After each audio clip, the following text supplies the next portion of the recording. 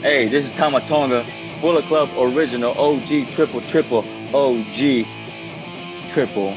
What's up? It's CBV, Chris Van Vliet, and you are listening to the Junkyard.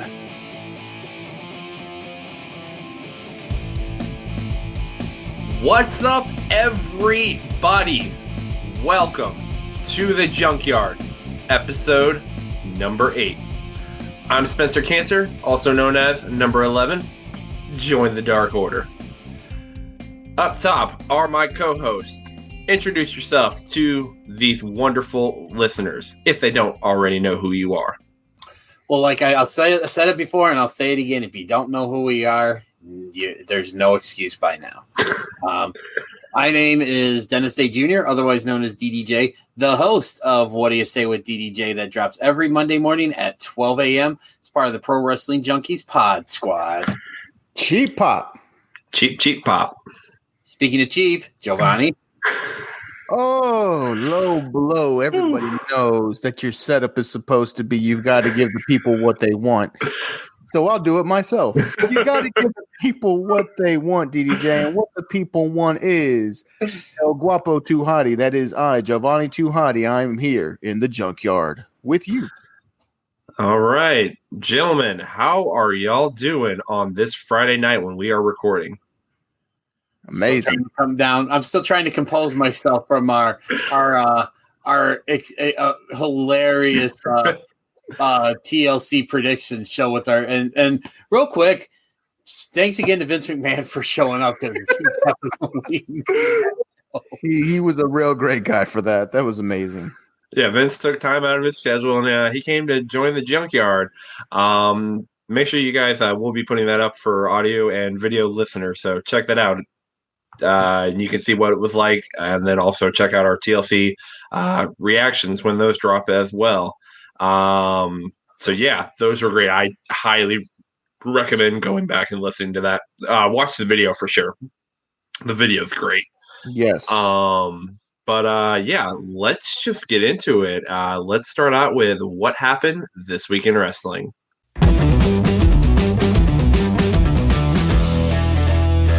All right, so last week we started with Impact, and I think I want to start with Impact again because they're making some big moves. And the biggest move they are making right now is we are getting the AEW World Champion, Kenny Omega. He was on Impact for a second time in 2 weeks. Yep. Now, I know I caught the end of Impact, which is what I want to talk about, and you guys can talk about any of the matches on there. I haven't had a chance to watch any of those. But like throughout, there were storylines with like Kenny Omega, Carl Anderson, Rich Swann, Motor City Machine Guns. Carl Anderson fought Chris Sabin of the Motor City Machine Guns, and there was like interweaving story throughout. And then at the very end, after I think Carl Anderson, he beat Chris Sabin. Kenny Omega comes into the Impact Zone, and I think Rich Swann is pissed he's not getting like recognized as like the real champion. They're putting Kenny over more, even though he's the champion on Impact.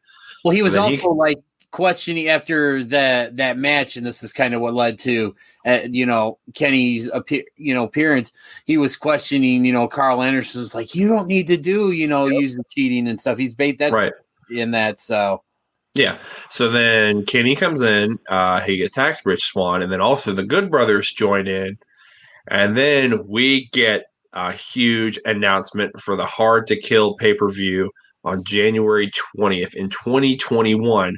It is going to be Kenny Omega reuniting with his Bullet Club brethren, Carl Anderson and the big LG Doc Gallows, versus the Impact World Champion Rich Swann and the Motor City Machine Guns, and that's going to be your main event at Hard to Kill. Last week, it was just like, oh, here's a video of Kenny's going to do. He's going to be the belt collector. But this time, we actually got Kenny in a backstage segment on Impact, and now we're going to get him in the ring soon. So now there's more integration because I think there's been more time to work that in there. And now Kenny Omega has been on Impact, and now we have this huge main event, and we're getting AEW and Impact working together. There's no question they are working together. So what are your thoughts on this huge development in Impact and also on AEW as well? If this doesn't signal that there is, more that there is a full blown partnership with AEW and Impact, I don't know what else will. Right. Yeah. I mean, there were some people out there that thought Kenny's appearance on Impact the previous week was maybe a one-off thing, Right. and a lot of my opinion was it's just you don't do what you did just for a one-off appearance. That's just going to really, tick off a lot of the fans and stuff out there. But we've got a full-blown crossover going here, and I'm just amazed by it that we're getting something like this, because we've always gone on record and said we want that stuff like this is good for business, and this is clearly good for business, because this is not only will get people talking about AEW, this gets more eyes on Impact. This gets more, and this just gets wrestling fans talking, and it gives them something to be excited about. And one thing is just that wrestling fans really haven't had that much to be excited about, because we can't go to shows and things like that. But when we see stuff like this, and it's just that the creative minds are flowing. We're booking interpromotional dream matches. Hell, there are people out there saying that the Young Bucks are going to book themselves to win the Impact Tag. I don't know how they could do that without them having no stroke in Impact and that. But no, I just think that this is awesome. I'm anxious to see when we're going to start seeing some of the AEW guy, we already seen that, but I meant to say when we're going to start seeing some of the Impact guys show up on Dynamite and that stuff, because I just think this is every wrestling fan's dream come true to see this kind of stuff, because this is something that a lot of us probably thought we would never see. Right. Yeah, definitely. Now, before I start with my takes in Tuesday night, because I want to get into maybe one or two small little matches in the show, because this actually was a good show. Yes, it was. Of Impact. Unlike the first week, which it was kind of a stinker, this one at least put on some matches where you can go, okay, that was Impact quality. Right. And I hope all the fans who stayed to see the Kenny Omega stuff at the end at least got a better taste of Impact in their mouth than it was last week. Right. But let me start off by saying how I love the fact that Doc Gallows still goes by the Big LG. Doc Gallows. Yeah, I kind of was scratching my head on that one. I think on their recent virtual sales pitch thing that they do with Talking Shop of Mania, they had the whole, well, what's LG stand for? And he goes, it's LG. So it's a mystery to what Luke Gallows, LG stands for. But it stuck with him. I guess he liked it. He likes to be the Big LG. Yeah. But godly man, the one thing that sent a shockwave through my body, got my hairs on my arms standing up, was when Kenny Omega threw up the 2-Sweet for a moment. Yes. And we got the one phrase that I think is going to turn the whole thing around. And that phrase was, once you're Bullet Club is for life. Gentlemen, oh my goodness. The shockwaves that was made on that comment alone. Yeah. I even predicted, I said, look, some Bullet Club originals aren't going to like that. Nope. And I called out one specific Tama Tonga. Former guest on the Junkyard. We do love Tama and Tama's Island. Yes, sir. Now, on Twitter, Tama has had this theme that if you're not Bullet Club in 2020, you're not Bullet Club. Then he goes on to post a photo with it looking like him and a couple of the OG members are pulling the strings, and there's a battlefield that looked like a chessboard of pieces laid out. Those pieces ended up being the Bucks, Kenny Omega, and maybe we're starting to get a little bit of this inkling of a firing squad coming in to rectify a false Bullet Club. Yeah, buddy.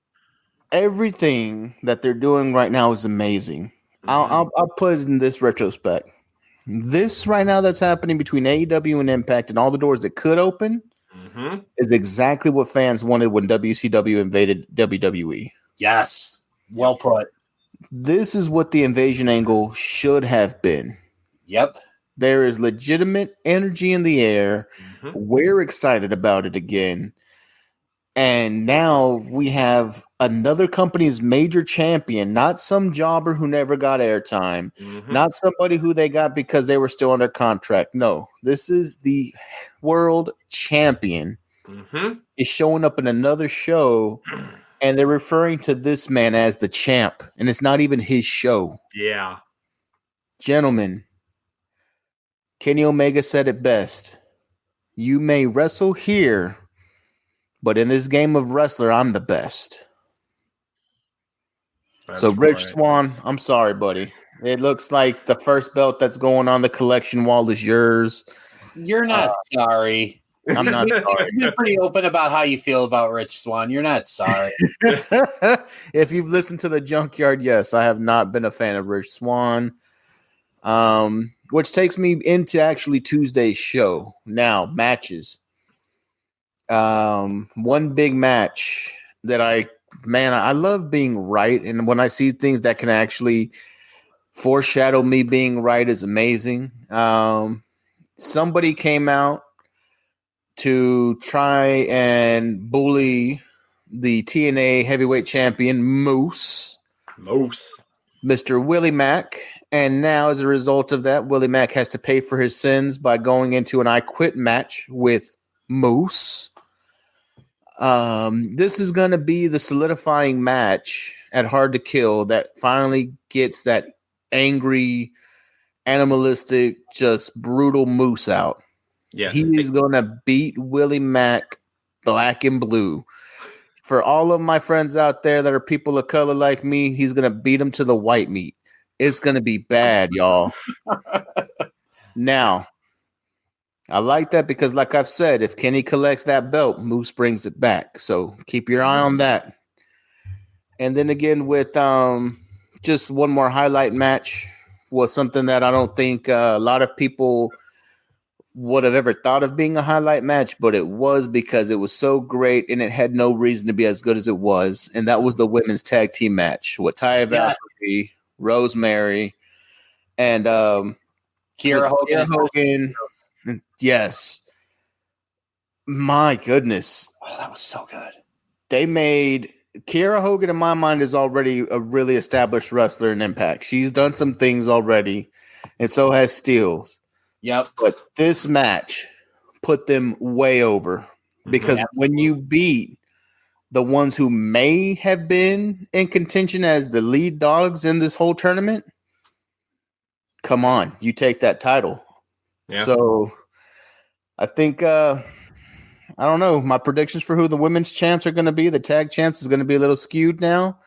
But what an amazing, amazing match that had no reason whatsoever, because normally we've been accustomed to the women's matches are on. They're not that great. This goes to tell you Impact's Knockouts division stacked. These ladies went out there, performed their back ends off, and put on roughly maybe one of the top two matches of the night. So hats off to them. I'm gonna one up you on that and say I think that was the match of the night, that women's tag match. It was really close for there was really good stuff, and I mean I'm still sticking with my team, Jordan Grace and Jazz, but I would not be disappointed at all to see Kiera Hogan and Tasha Steelz walk out of that, end up winning that tournament and those belts, because man, they are a great tag team. And yes, and the thing is they're both young. They're both just getting started. They've got a bright future in the business. Oh yeah. Yeah. definitely agree with that. I will go ahead and throw this out there. I think Kiera Hogan and Tasha Steelz are becoming the new Impact Women's Tag Team Champions, calling it now. Mhm. I think they are a great young tag team. I think they can definitely carry that brand for sure.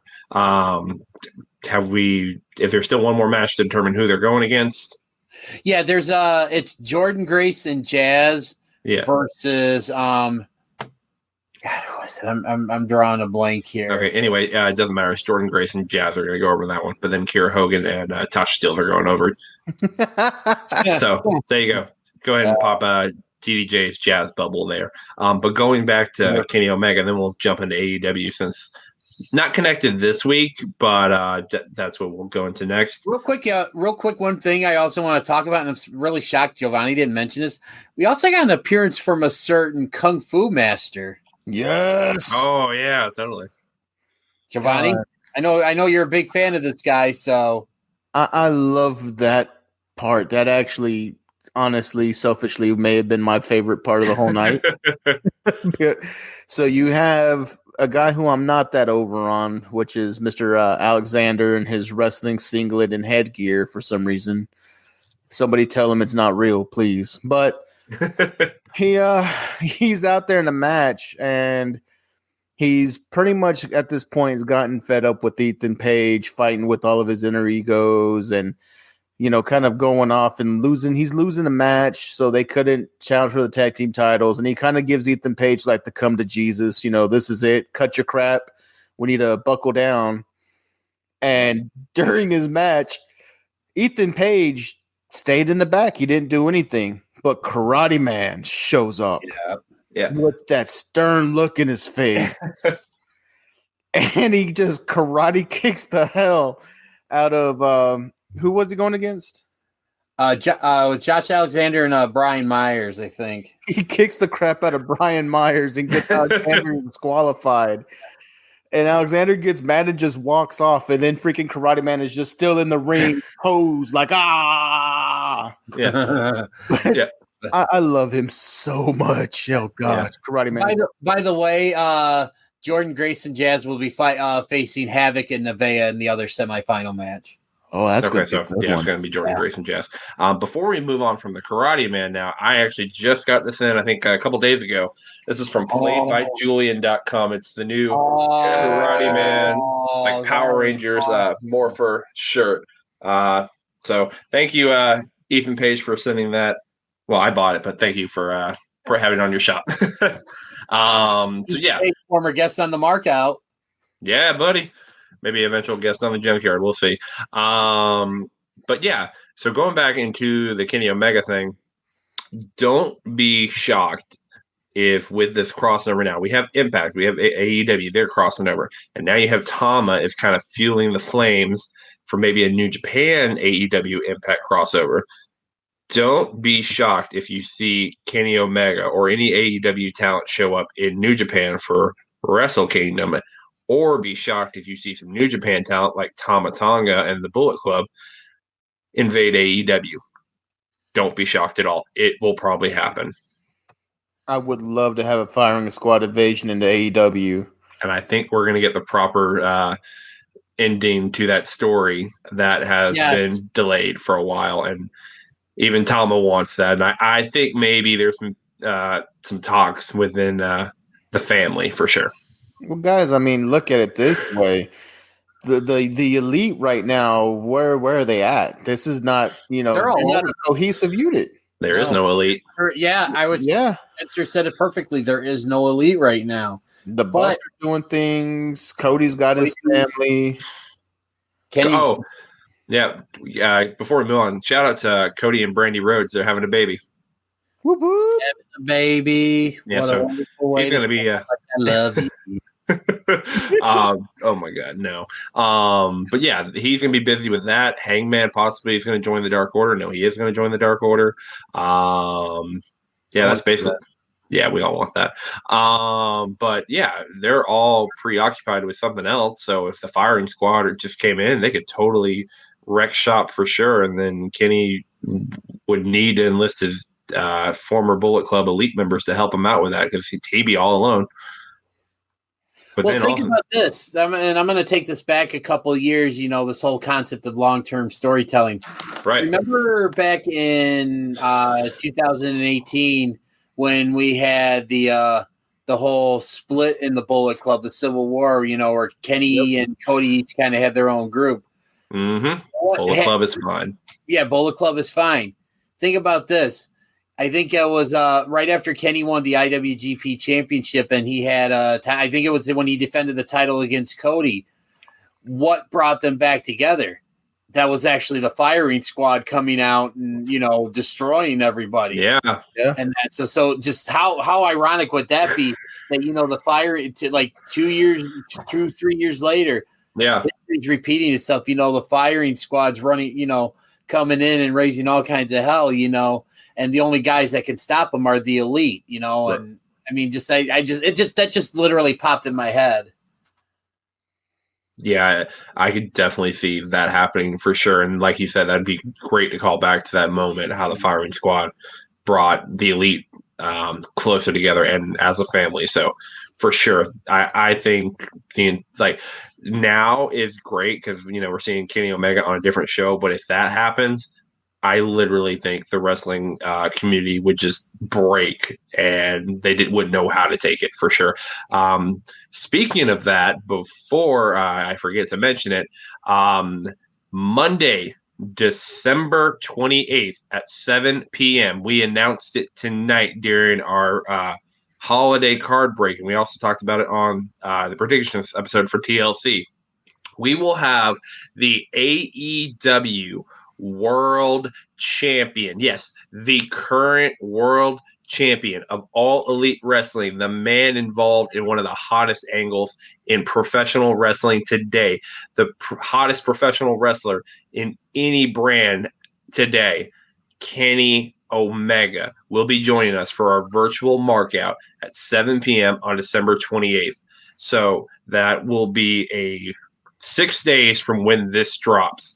So make sure you get in early when we send out the link because it is going to be a mad dash to get in. It's going to be like Black Friday in the Pro Wrestling Junkies group. And real quick, shout out to Jacob for making that happen, man. I mean, that's, just Shout out.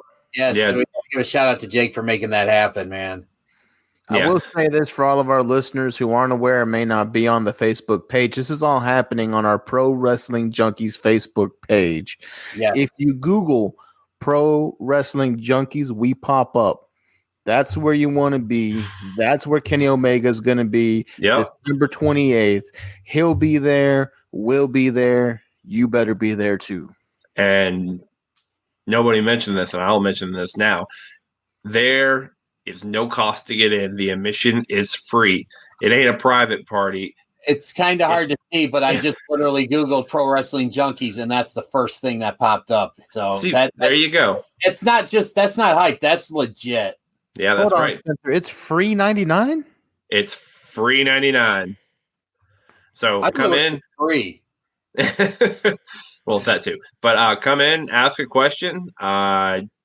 Please don't take too much time because everybody wants to talk to Kenny, I'm sure. This Right, yeah. could be a once-in-a-lifetime opportunity for some people. So, Yeah, Kenny doesn't do a lot of appearances and stuff like that. So I mean, this is like, if you've ever wanted to have a chance, I mean, this would be the time to do it because who knows when or if he'll do anything like this in the near future. Exactly. And then just being somebody who's met Kenny Omega on a few different occasions, man, he really is a legitimate good person. yeah. He's so relaxed and so chill. He's going to be so easy to talk to, you guys. If you're nervous or anything like that, just come on over, say hi to the champ. We have people who don't even ask questions at time. They just want to come in, mark out, oh my God, I'm your biggest fan, and then they're gone. If you want to, come on through, get your time with the current AEW heavyweight champion, the current AAA mega champion, and future Impact heavyweight champion. The Thanos, the Thanos in the professional wrestling world right now. That's right. If we see Kenny Omega with the Thanos gauntlet, you heard it here first on the Junkyard. We expect royalties. So yeah, since we're talking about Kenny Omega, let's just jump into AEW now. We'll start with the main event on AEW. It was Joey Janella versus Kenny Omega. If Joey won, he got a shot at the AEW World Championship. There was no way that was happening. This is just a callback from the title eliminator tournament when Joey was going to fight, but then I think he got COVID or someone he knew got COVID, so he couldn't participate. So Sonny Kiss took over. That's the one where Kenny Omega hit him with the one-winged angel, knocked him out, and then we got the gif where he just looks like, okay.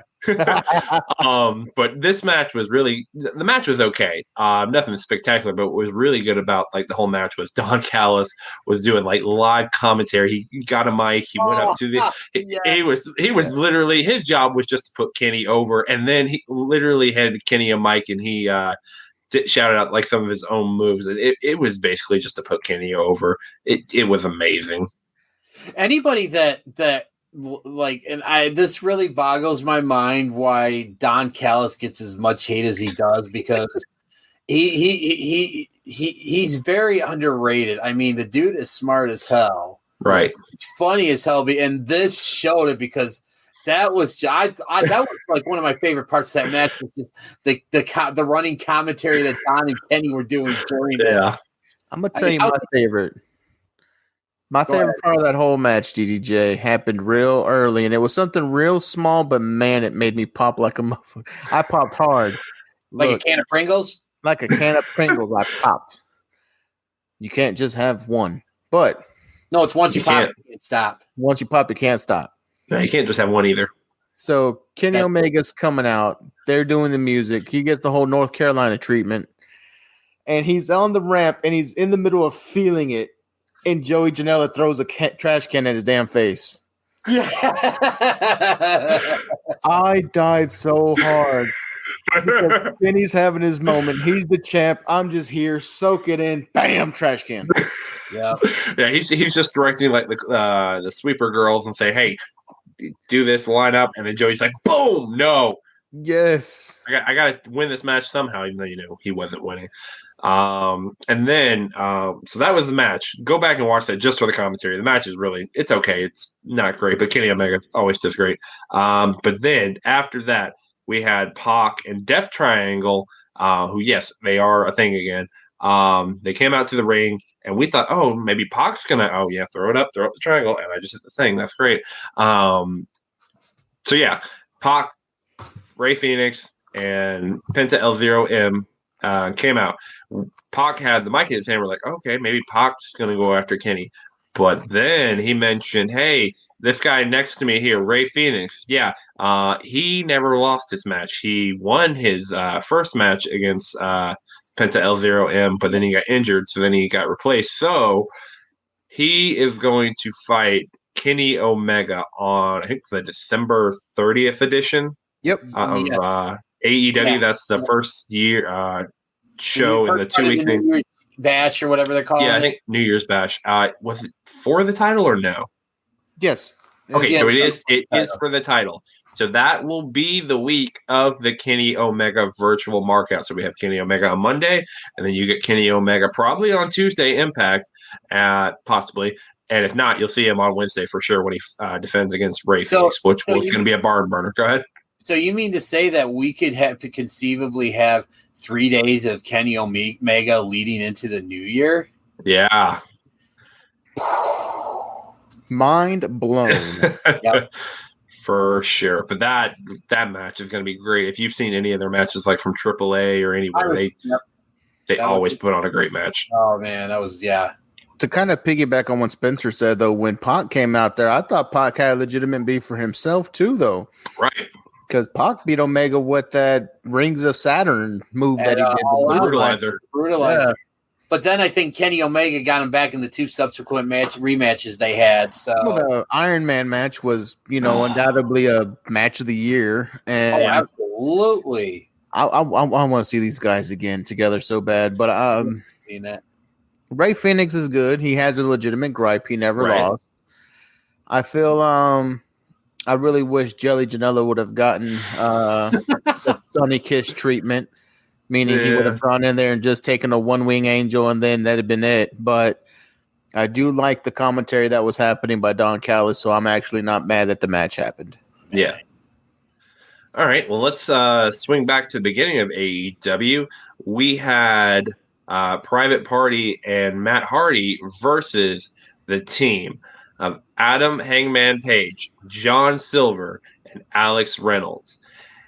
And John Silver and Alex Reynolds come out to the ring with Hangman in Cowboy Dark Order gear. It was the best thing ever, man. Yes. The good, the bad, and the hungy. The good, the I bad. want that shirt. Oh my God, yes, Ryan. If you somehow watch the Junkyard, please make that. Yeah, I would not be surprised if that. I'm honestly more surprised that it hasn't dropped already. Yeah, well, I mean, you got the Shooting Gallery shirt, which was a call out to the BTE episode that dropped Monday. That was great. Hangman, they lured him in with like a drink or something. He came in to party with them, and they all got like totally wasted. And then they played like fake guns, whatever. And then I guess Brandon Cutler, he did the editing. He put like gun effects and everything, and then they just killed each other. And then Hangman's like, "Oh, that was fun. Thanks, guys. Bye." Oh my God. And seriously, if you are not watching Being the Elite, you're missing out. And then we also had another BTE championship defense with John Silver where for whatever reason, they don't know how to record anything. So they played something called skits. Yes. So they threw Skittles against the wall, and they got 3 Skittles. Whoever got their Skittle closest to the wall won the championship.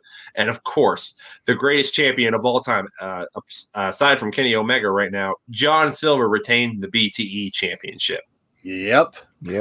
I think he's going to hold that belt for a very long time, and he should. Why should he, Spencer? Because silver is gold. Yes. Boom. That's right. I want y'all to know Spencer coined that, so whatever royalties are not coming his way need to start coming his way. Okay, okay. I maybe kind of talked about it when we did our virtual markout with Johnny Hungy, but hey, let him have the money, man. He deserves it. That's true. We'll get our pound of flesh one day for sure. Oh yeah. But yeah, the match was great. It went a different direction than what I was thinking, but it is playing up to the storyline of how Matt Hardy thinks he's the best. He wears a shirt. The truth is the truth. He's basically hot shit. So I think it was Mark Quinn. He hit a move. I don't remember. They hit Gin and Juice and Matt Hardy. Like, tag me in, and right, and then stole the pin. Right, and then Mark Quinn was not happy about that. So I could definitely see Hardy and the Private Party having a fallout very soon. Agreed. Yep, it's happening. Oh, sorry, I need some lubrication tonight. Okay, so then it sounds like a personal problem to me. Yeah, I didn't want to go there. I have no worries. I have no shame. I'll go there. All right. Welcome to the Junkyard, where we make going off the rails an art form, and right now we're going off the rails. Back on track. Then we had a huge 12-man tag team. It was supposed to be a 14-man tag team, but Wardlow could not participate, I guess because he has some family issues, so we hope all the best, Wardlow. Nothing's wrong there. But, it was a good match. It was a cluster F to try to keep up with. Yes. The young talent looked great in there. You had the Varsity Blondes, Griff Garrison, who the F is Griff Garrison. Brian Pillman Jr. looked amazing. Top Flight are amazing. They're gonna be a staple in that tag team division for a long time. And then of course you had the Best Friends, and then Orange Cassidy, since he couldn't participate, he was just on commentary doing his thing, saying nothing. Shout out to Orange Cassidy on commentary. Man. His headset wasn't even plugged in. He had the cords in his hand. Yeah. Yeah, and then you had the Inner Circle. They're just being the Inner Circle. The ending. Now you can correct me if I'm wrong, but the ending was, I think, Jake Hager. He did an F5. Shout out to Wardlow. F10 or whatever. F10. Whatever it's called. It was terrible. Leave that to Wardlow, please. He does that a lot better. Yeah. But then MJF wanted to be tagged in, and he did the pin for his team. Yep. Typical MJF. Yeah. So it looks like the Inner Circle is kind of they're kind of on the same page now. And we're going to get on tomorrow's edition of Dynamite. We are going to get Top Flight versus Chris Jericho and Jake Hager. Is that correct? Yeah, that's correct. No, Chris Jericho and MJF. Okay. Okay. We know Top Flight's not going to go over there, but they will definitely make them look good for sure. Absolutely. I don't know. I think they might actually go over. Oh, hot take. I don't know. I mean, I definitely expect Top Flight to have a good showing in this match, but I can't see that. I can't see, because I believe this is Chris Jericho and MJF's first time teaming up, and you can't have them. You can't have those two guys lose. Yeah, I mean, I like Top Flight. I think they're gonna be future superstars, but it's just right. It's got to be Chris Jericho and MJF. We'll see what happens, but I think the further along the storyline with the Inner Circle, we need some friction. And to me, losing this match due to something that should have helped them win the match is going to be the way they go. It's not going to be a clean win for Top Flight, but I do think they would pull it out. Right. Interesting. All right. Well, speaking of surprising tag team victories, we had the Acclaim, Anthony Bowens and Max Caster versus SCU. So I was thinking that SCU was going to go over, maybe like make the Acclaim look strong, but no. The Acclaim went over SCU and they pinned Christopher Daniels. And now on tomorrow's episode of Dynamite, we're getting the Acclaimed versus the Young Bucks for the AEW World Tag Team Championships. That should be a hell of a match. Yep. But I can see Jovan already shaking his head. So I'm going to let you go into this one. All right, gentlemen. I hate having so many hot takes back to back to back. But no, you don't. I know I don't. The Acclaimed. A real good match with SCU. And I'm not going to bury the guys yet. I'm going to give them their due. Match with SCU was amazing. It was a good match. They came out and did what they did. Please, for the love of God, do not give Kazarian another microphone because, God, it was horrible. Oh, I totally forgot about that part. Now, I understand that you're the Young Bucks in town, no pun intended. You're riding a wave of beating a real good tag team, an established tag team in Kaz and Daniels. So your next shot is to go to the very top and challenge the big boys, the tag team champions. I understand that. I understand the logic behind it. I understand why the team would do it. Now, here's my problem with it. The Young Bucks are the current champs. They don't have to be in a position to put over or even make any new team look strong that's barely starting to cut their teeth in the whole show. In AEW, the Acclaimed are barely starting to cut their teeth. They don't need this type of win or this type of matchup with the Young Bucks at this point in time. You could have given them another well-established tag team in AEW, and it would have had a better effect than it would be if they went in and showed good against the Bucks. Look, they could have gone against the Lucha Brothers, because the Lucha Brothers literally, a loss does nothing to them. No. They could have gone against Jurassic Express. Jurassic Park? Yes, I was going to go with Jurassic Park, but I changed at the last second. It didn't even come out, DDJ. Jesus. Jurassic Express, they could have put on a great match with them, and they lose nothing if they lose. Because they're over. But the Young Bucks, who just got the belts off of FTR, who was arguably one of the greatest tag teams in the world, they are ranked number 1. Are going against the Acclaimed who just showed up? Yeah. Why?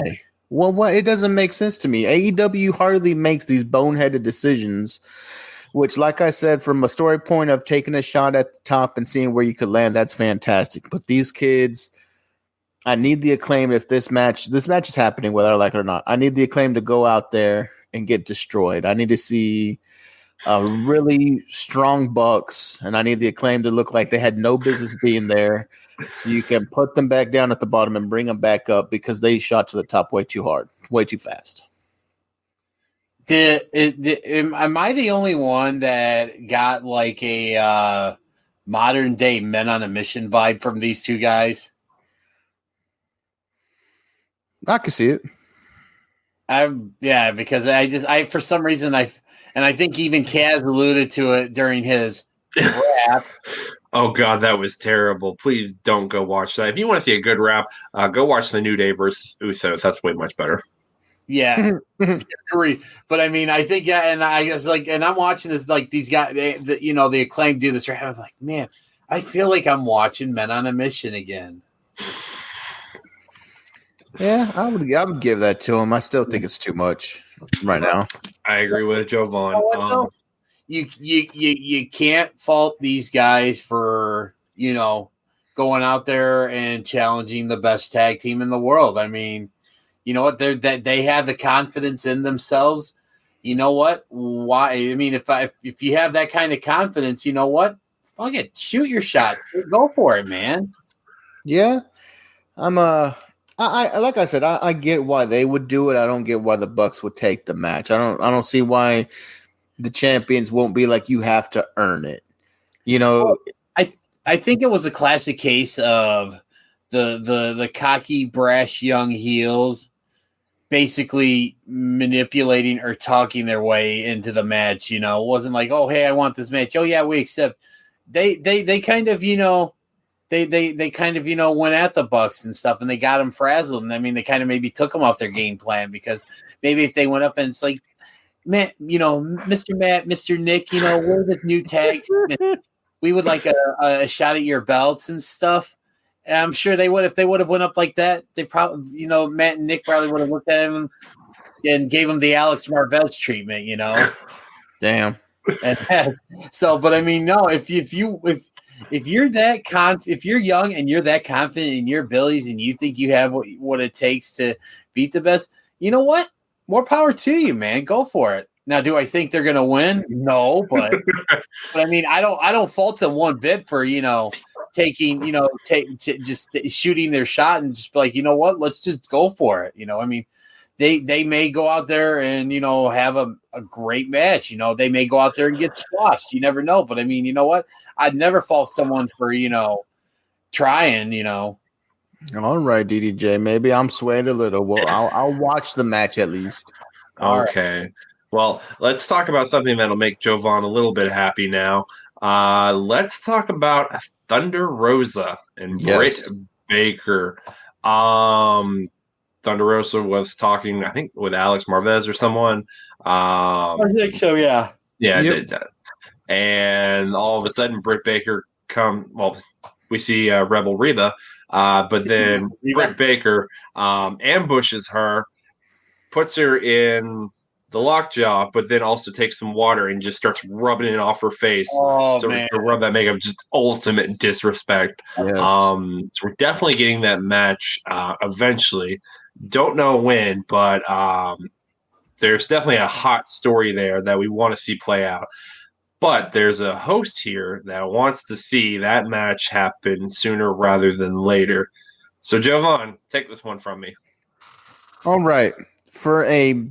And this is funny to say, for a rivalry that hasn't had a match associated to it yet, by God, these two have nuclear heat. Yeah. It's just so much with Britt going at, and then you throw in social media. Yeah. Because they've been taking shots on each other on Twitter, on Instagram, and then, just Britt Baker saying, you don't belong here. Thunder Rosa saying, well, I'm here, so deal with it.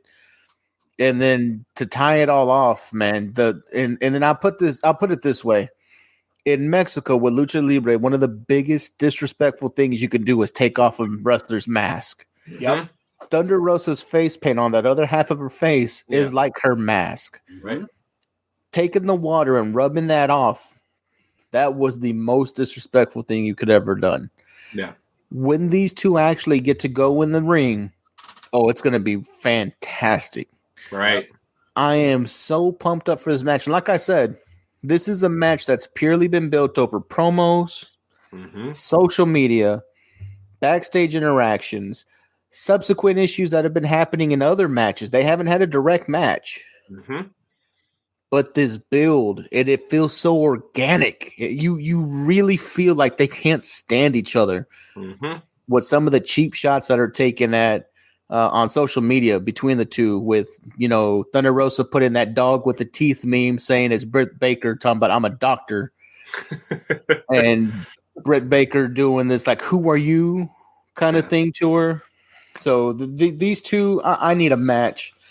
I need a match soon because it's gotten me to where my fever pitch on this thing is it's nuclear level, and if I feel like if you continue to drag it out, it might die out. So you have to strike while it's hot, and right now it's piping hot. All right. So before I let Dennis go into this, when do you think would be an appropriate time to have a match? Do you think Revolution is too far, or do you think maybe like a Dynamite in January is probably when it should be? When's Revolution? February, beginning of March. I don't think have they announced an official date for it? Not yet. So I think it was like mid-February last year. Or it was February 29th of this year.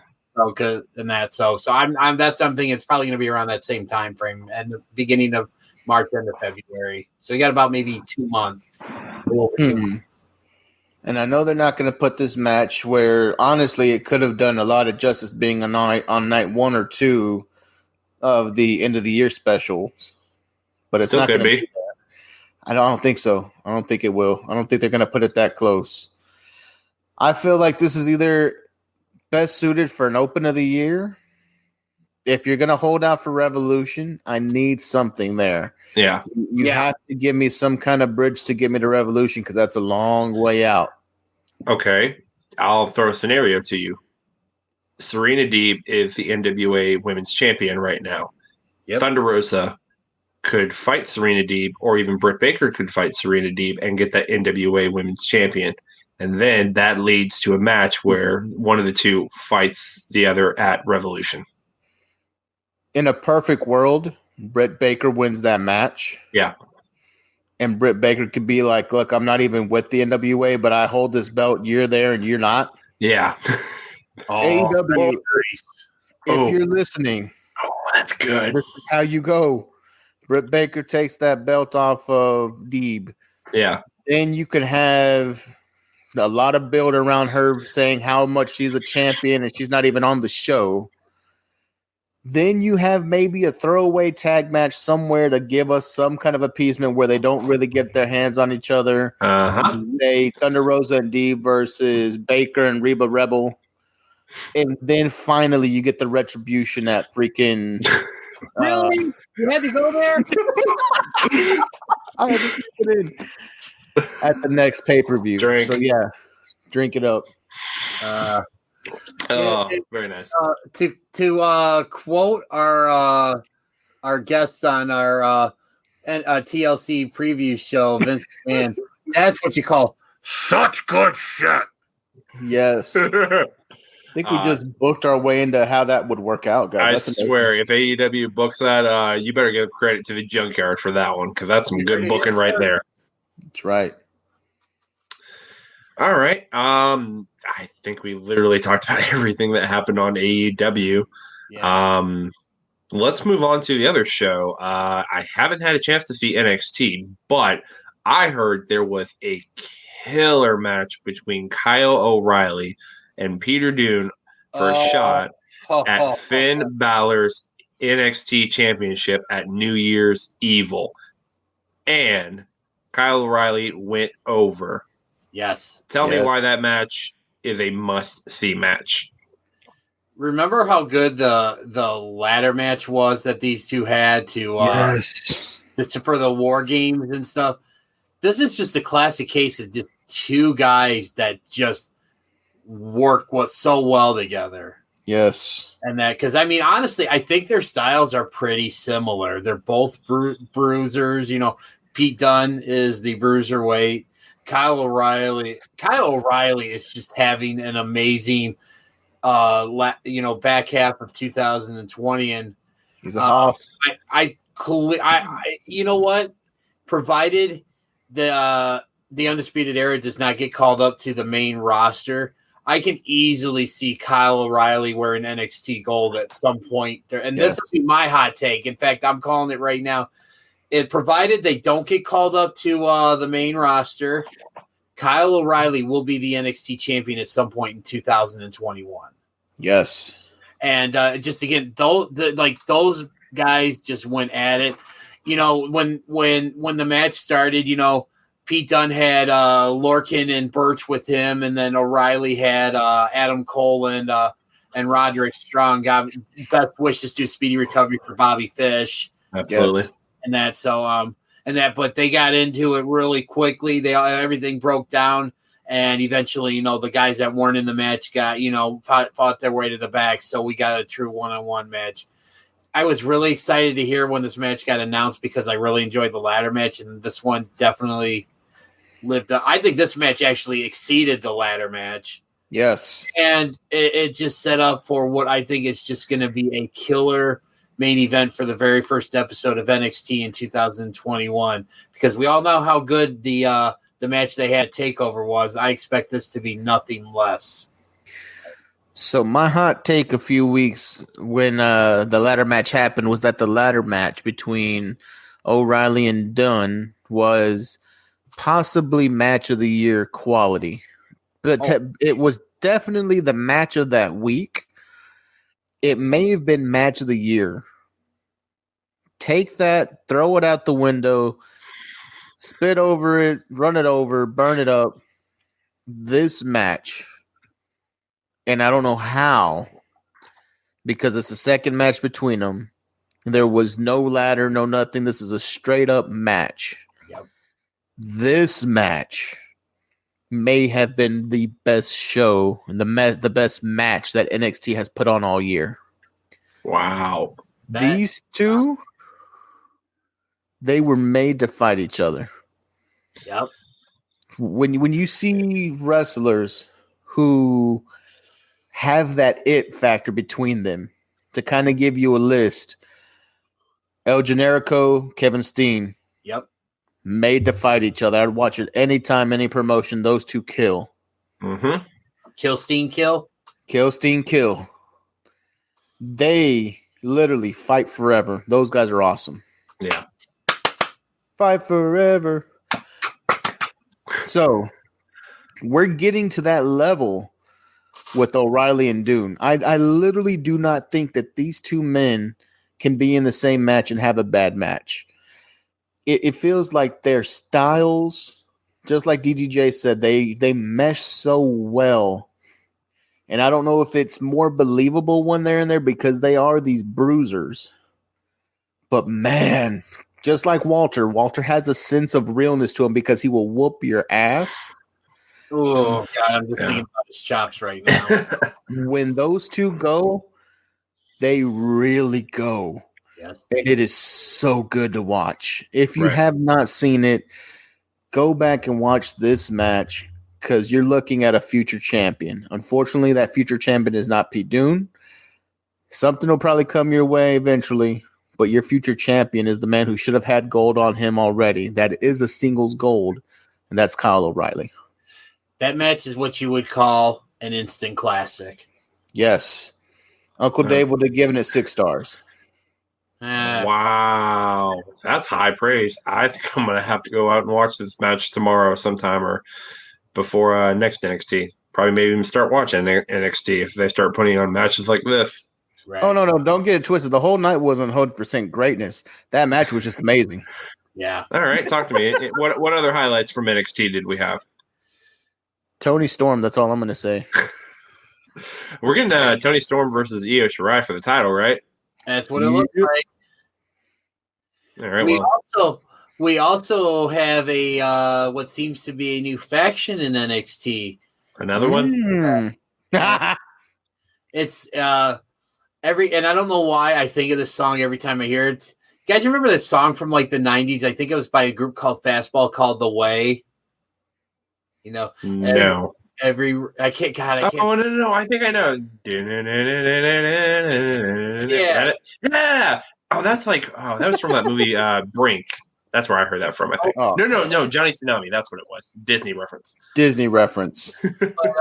But no, I'm actually really excited at this group because it's one of those groups that it's not just a group of men, it's not just a group of women. It's got a little bit of both. You got the power couple of NXT and Johnny Gargano and Candice. I should say the three-time North American champion Johnny Gargano and Candice LeRae, and they each had their. We'll throw out a Star Wars reference here since the Mandalorian season finale just was up on Disney. I have not watched behind for no spoilers, please. I'll do it tomorrow. They each have their young apprentices. You know, Johnny Gargano's got Austin Theory, and Candice LeRae's got Indy Hartwell.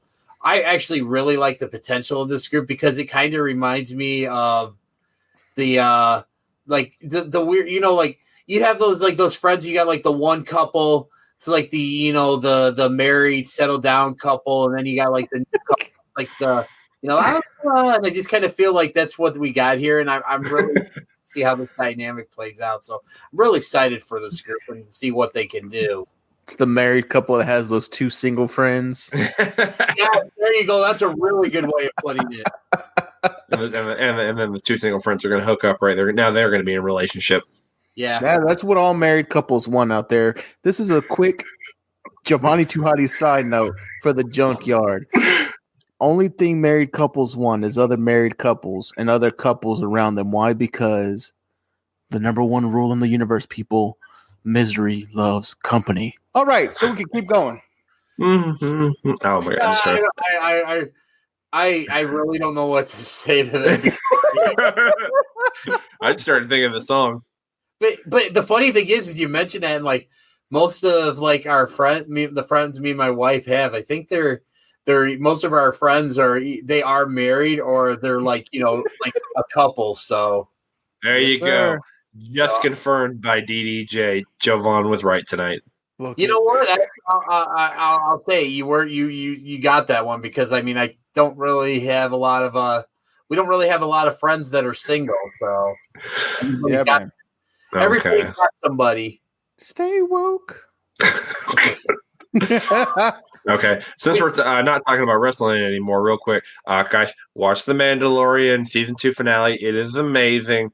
It is going to make you love TV, hate the movies. Moving on. We also got the return of Karrion Kross. He's back. He's in the ring. He's looking as dominant as ever. That's all we need to say on him. Yep. Did he squash someone? Move on. Yep. Okay, yep. That's what he should be doing. Okay, so that's NXT. Let's just run through the rest of WWE real quick. Hit me with the highlights, Raw and SmackDown together. Go. All right, Monday Night Raw. We got the WWE title was they did the ceremony now where it seems like they do before every WWE title TLC match where they decide to throw it up in the rafters and stuff, and then we get more promos and stuff. Again, we talked about the match, on our previous show. That TLC match is going to be really good. Yeah.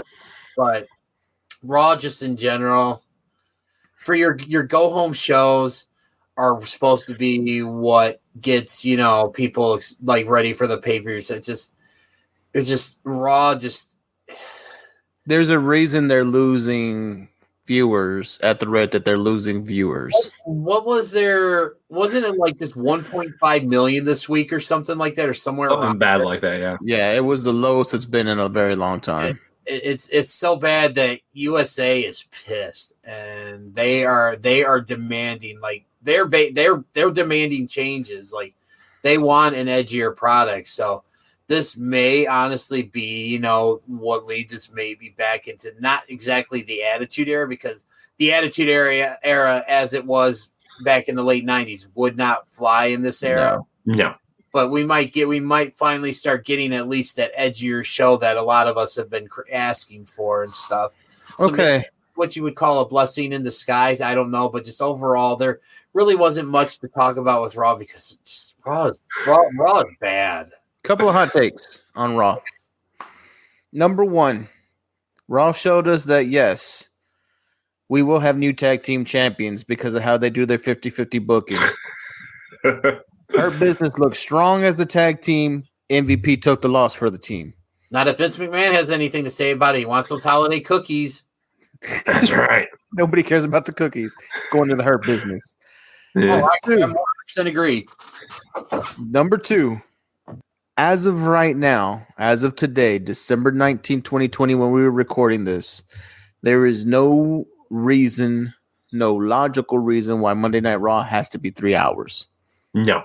Yeah, thank you. They're killing their own product with how long that they're trying to fill time in with needless stuff, and people are toning out. Yep. Recaps of what happened earlier in the night. Yes, I don't need to watch all of Raw. You need to watch the last 30 minutes, and you'll get the whole episode. Yeah. Now, hot take. This is going to hurt some, and I'm sorry. And please understand, I'm saying this from a wrestling fan's point of view who has watched everything from territorial wrestling to weird indie promotions to Japan, all Japan. Hell, I watched Noah for the first time a couple weeks ago. So I've watched a little bit of everything. WWE fans, this is directly to you. And to all my WWE detractors who have left the WWE because you missed the Attitude Era. Hot take. For only $9.99, you can go onto the WWE Network. And I challenge you to go week by week by week by week in the Attitude Era and tell me that that was all gold. It was not. You know what? It was real quick. The Attitude Era back in the day was amazing, but it definitely has not withheld the test of time. So I 100% agree with you there. And the reasoning for that is the Attitude Era was trying to get cheap pops and cheap reactions. They were trying to, not the cheap pop that DDJ gives. Those are my cheap pops. Yeah. You're very cheap.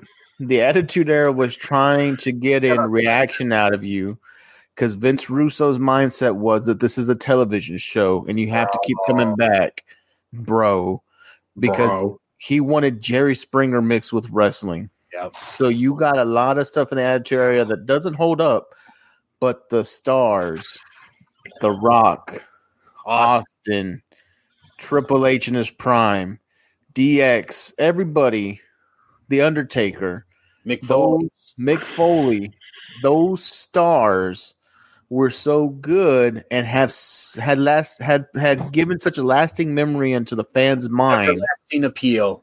Yes. That the fans group all of what they've done, all those stars combined as the whole era, when it wasn't them. That wasn't the whole era. That was those particular stars that held together that era between all the crap. For every Rock and Austin moment you got, you also got some weird side note puppies that had no reason being on TV because they were trying to pop you. Yeah. For every Rock versus Austin, you got that. For every Undertaker versus Mankind, you got the Brawl for All. Exactly. My point exactly. Impromptu fantasy match booking. Vince Russo versus Matt Riddle in a brawl. Who wins? Bro. Vince Russo. It's going to be Russo. Yeah, okay. He would bro him out of the building. Matt Riddle would never say bro again. So that would mean no more bro nuts? Exactly. They'll become donuts. No more broda? Bro nuts. Broda. The bro Yoda, Broda. Yeah. Okay, so one thing I kind of want to talk about, I actually, this little thing here I'm going to talk about here, I actually got a kick out of this. It involves Matt Riddle. Bro nuts. Dude, how cool, how hilarious was it with Matt Riddle and the puppets from the Firefly Funhouse? It felt like a bad trip. I love that. I thought that was great. Like, I would believe that works because Matt Riddle looks like he's always high. And then R-Truth saw the puppets, and that's because R-Truth could see little Jimmy. So it all makes sense. Oh, okay. So you mentioned R-Truth. Hot take. R-Truth should and will be eventually in the WWE Hall of Fame. Oh, hell yeah. Not a hot take. True. Yeah, there's no way you make that man. Spencer? What? You said not hot take truth. I said, is that pun intended? Oh, I didn't even catch the one, but sure, go ahead. I'm dead serious when I say our truth should and will be in the WWE Hall of Fame, because that guy is just he is taking something that should have been dead in the water with that 24/7 title, and he makes that thing week in and week out just so damn fun to watch. Yes. Yeah. He's gold. Vince loves him too, so he'll get in. Yeah. So I just had to throw that out there. I just was wanting to talk about the interaction between Matt Riddle and Ramblin' Rabbit and stuff. And then when you brought up R-Truth, I was like, I had to throw that out there. So R-Truth asked the pig if Bray Wyatt was his father. Oh God, that's a good shoot. Yeah. All right, that's Raw. SmackDown was on tonight. Yes. Jovan didn't get a chance to watch it. He was watching ROH's Final Battle. I didn't get a chance to watch. DDJ, you were the only one that watched SmackDown in this group. What happened of note? Well, we kind of alluded to it again in our TLC predictions show. The main thing that was the running story throughout the night was Roman Reigns and Kevin Owens. And again, this is the match I'm most excited for TLC because of the build-up in this match. Yeah, you're not excited for Carmella and Sasha Banks, where Eva Marie's returning? She's not returning. By the time this has been aired, you guys will see how wrong Spencer is about Eva Marie. Yes. And don't let him live it down either. Like, you just pile it on. Just like we do that 0-5. Motherfucker.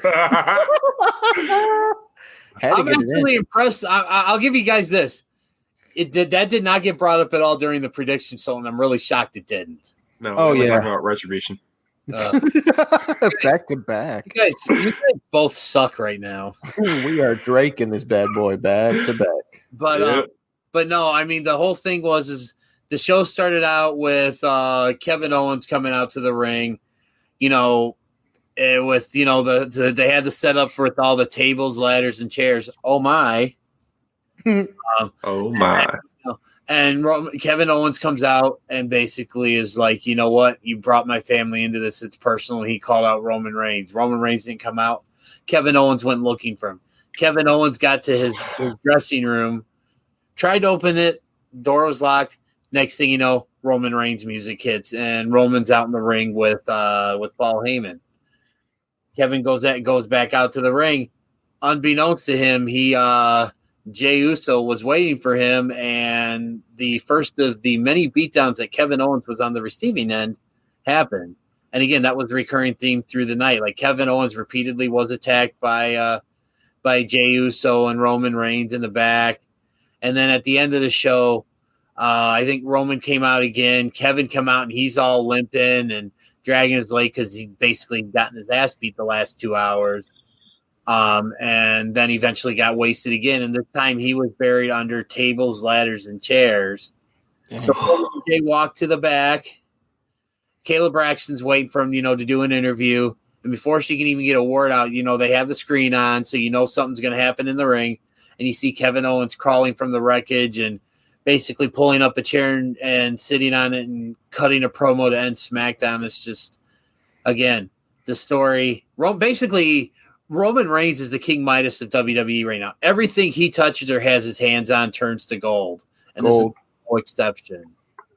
So that was the main thing. You also had, more developments in Sasha versus Carmella. Apparently, Sasha Banks being hit in the back with champagne bottles is the new Lana going through tables, because this happened again. You had Bianca Belair and Bayley in a very, in a somewhat anticipated match. I shouldn't say pleasantly surprised. I was surprised that Bayley went over in this match and stuff. I thought, this would have been set up for maybe Bianca to go over to establish herself, as the new hot thing, but her time will come. You had Otis over Shinsuke Nakamura. And which I'm kind of shocked at, but I mean, yeah, it's more or less this weird storyline that Otis has going with Chad Gable. So Shorty G. No, it's Chad Gable. never again. Yeah,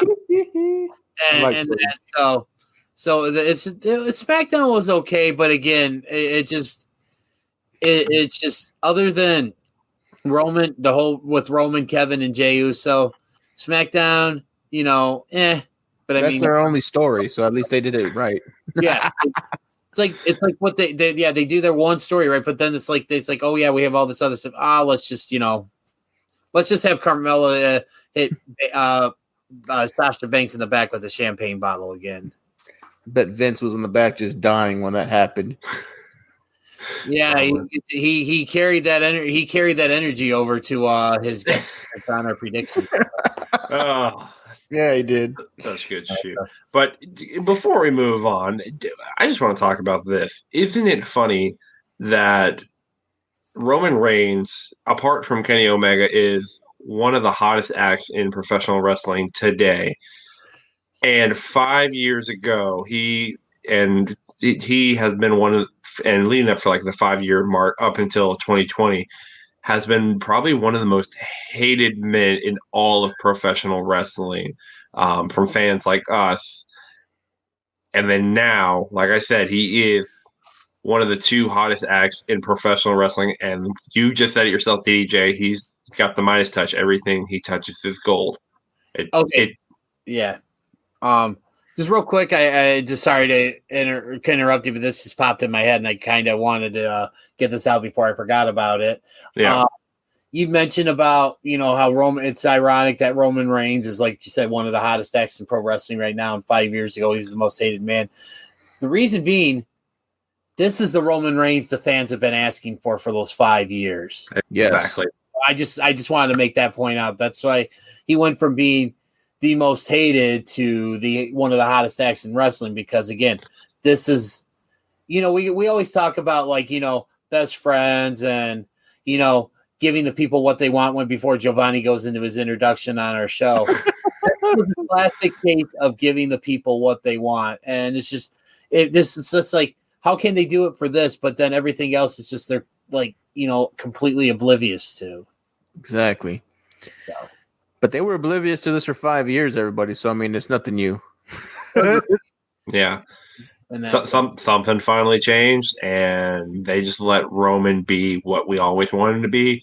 Yep. And he can do absolutely no wrong. And this is literally going to go down as probably one of the best storylines of 2020, which segues into our award show coming on the next episode of the Junkyard, the Junkies.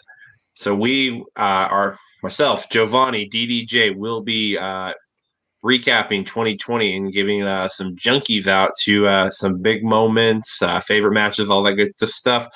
So make sure you tune into episode 9 of the Junkyard. Oh, Spencer, we're calling these the Junkies, but they differentiate from our fellow junkies in the group because these are JUNKYS. Exactly. That's right. And I think y'all bury the lead. We don't want our fellow junkies out there thinking we're just gonna hand them out to hand. Yeah, you got to earn your junkie. People, Yeah, and Spencer kind of buried the lead because we're doing all of your normal typical end of the year recap categories. Yeah, but there also will have botch of the year. Yeah. Worst debut of the year. Debut. And maybe something else a little funny out there. Who's going to take the worst junkie of the year? Oh. Just all in all, you were just the worst thing in wrestling in 2020.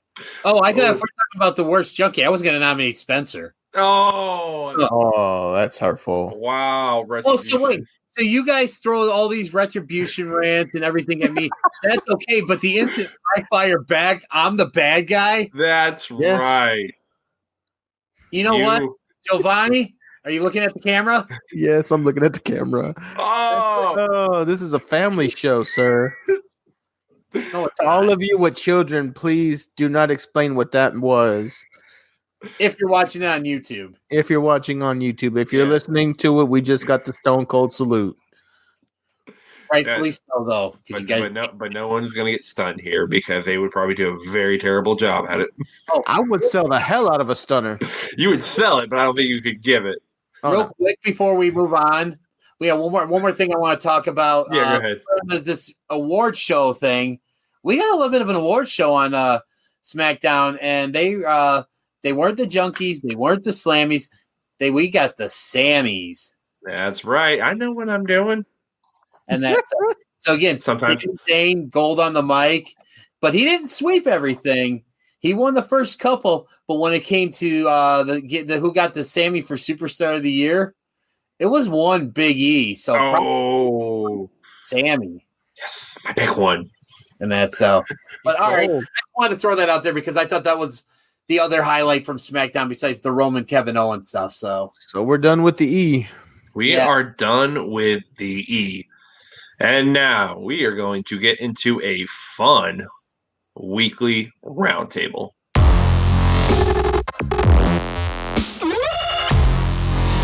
All right. So for this week's weekly roundtable, we got a fun one for you. We're going to talk about wrestling merch and memorabilia. Yes. So, look at that. If you're watching the video, Jovan just threw on his Biscuit Party Hat. And DDJ just threw on a crown. And it's too small for his head because his head is super big. We ain't got any room to talk there, Spencer. That's right. I didn't bring my hat tonight. I didn't bring my Dark Order hat. It's chilling in my car. But I do have one. Join the Dark Order. So let's just start with this. What is merch and what are kind of like the different levels of merch? Jovan, I know you wanted to start off on this one. So merch is that very special thing that you get as a fan of wrestling. It's a way for you to show your fandom. It can be something like a t-shirt. This is my Stadium Stampede shirt. Merch can be a ticket that you get at the event. If you're like me growing up, that was your merch. You always just got the ticket stub, like the one I'm wearing around my neck from AEW. Oh, he's a VIP. Oh, an actual ticket. My ticket stub from AEW Revolution. Yeah, and I got my ticket stub from Double or Nothing right over there in the corner. Look at y'all. I did all e-tickets. I should have gotten stubs. But as merch progresses, man, you get into getting stuff all out. You end up getting stuff such as autographs, and I've lost my MJF. I don't know where it went because I was going to use that one. Personal problem to me. But it's okay. You start getting like binders like this, where if for everybody on the audio stream, it's a binder to make sure that all your nice collection of autographs are well maintained. Because if you run into someone you like, you're going to want a photo and you're going to want the autograph. Right. Who do you have there? Who was that there? Was that Liv Morgan and Pentagon? That was Liv Morgan and Pentagon, El Cerro Miedo. Nice. Liv Morgan. So there's various stages of merch, man. Your first levels is probably going to be, as a kid, you're going to get those shirts, maybe some of the toys or action figures. And when you get older, those action figures turn into these collectible figures, and you don't open them because good collectors get them signed and then authenticated, and they don't ever get opened. Well, I knew that was coming. If you can see on the video version, I have a ton of collectibles behind me, and they're all open. And me too. For merch heads, there's two different types of people. Those who keep their stuff on card inbox and those who are wrong. Don't be wrong. Be right. In the words of Matt Cardona and Brian Myers, let them breathe. Those guys have millions of dollars. You and I are on the same page here. Look. Oh, wow. Cardona and Myers have a lot of money. I bet they have a section of unopened, and then they have the ones they let breathe. I can't do that, so all of mine are not breathing. Well, lie to freaking die, Jovanni. when you get into that deep fandom, and now we're talking about you're grown and you're making your own money and you're not at mom and dad's house, and hopefully you're not at mom and dad's house and you're not spending this type of money living at mom and dad's house, you get to go into the rare collectibles that we like to call ring worn merch. Ooh, What yes. you got there, Jovan? This is, for those of you on the video stream, this is a ring-worn entrance hood by the one and only Shawn Spears.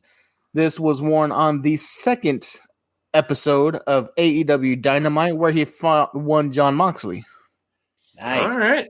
You know what? Since you're busting out the ring worn gear, I've actually got a little piece of ring worn gear I want to show off here. Here we go. What you got? I have an actual ring singlet worn by Colt Cabana in a match, signed by him. Got it in a nice shadow box.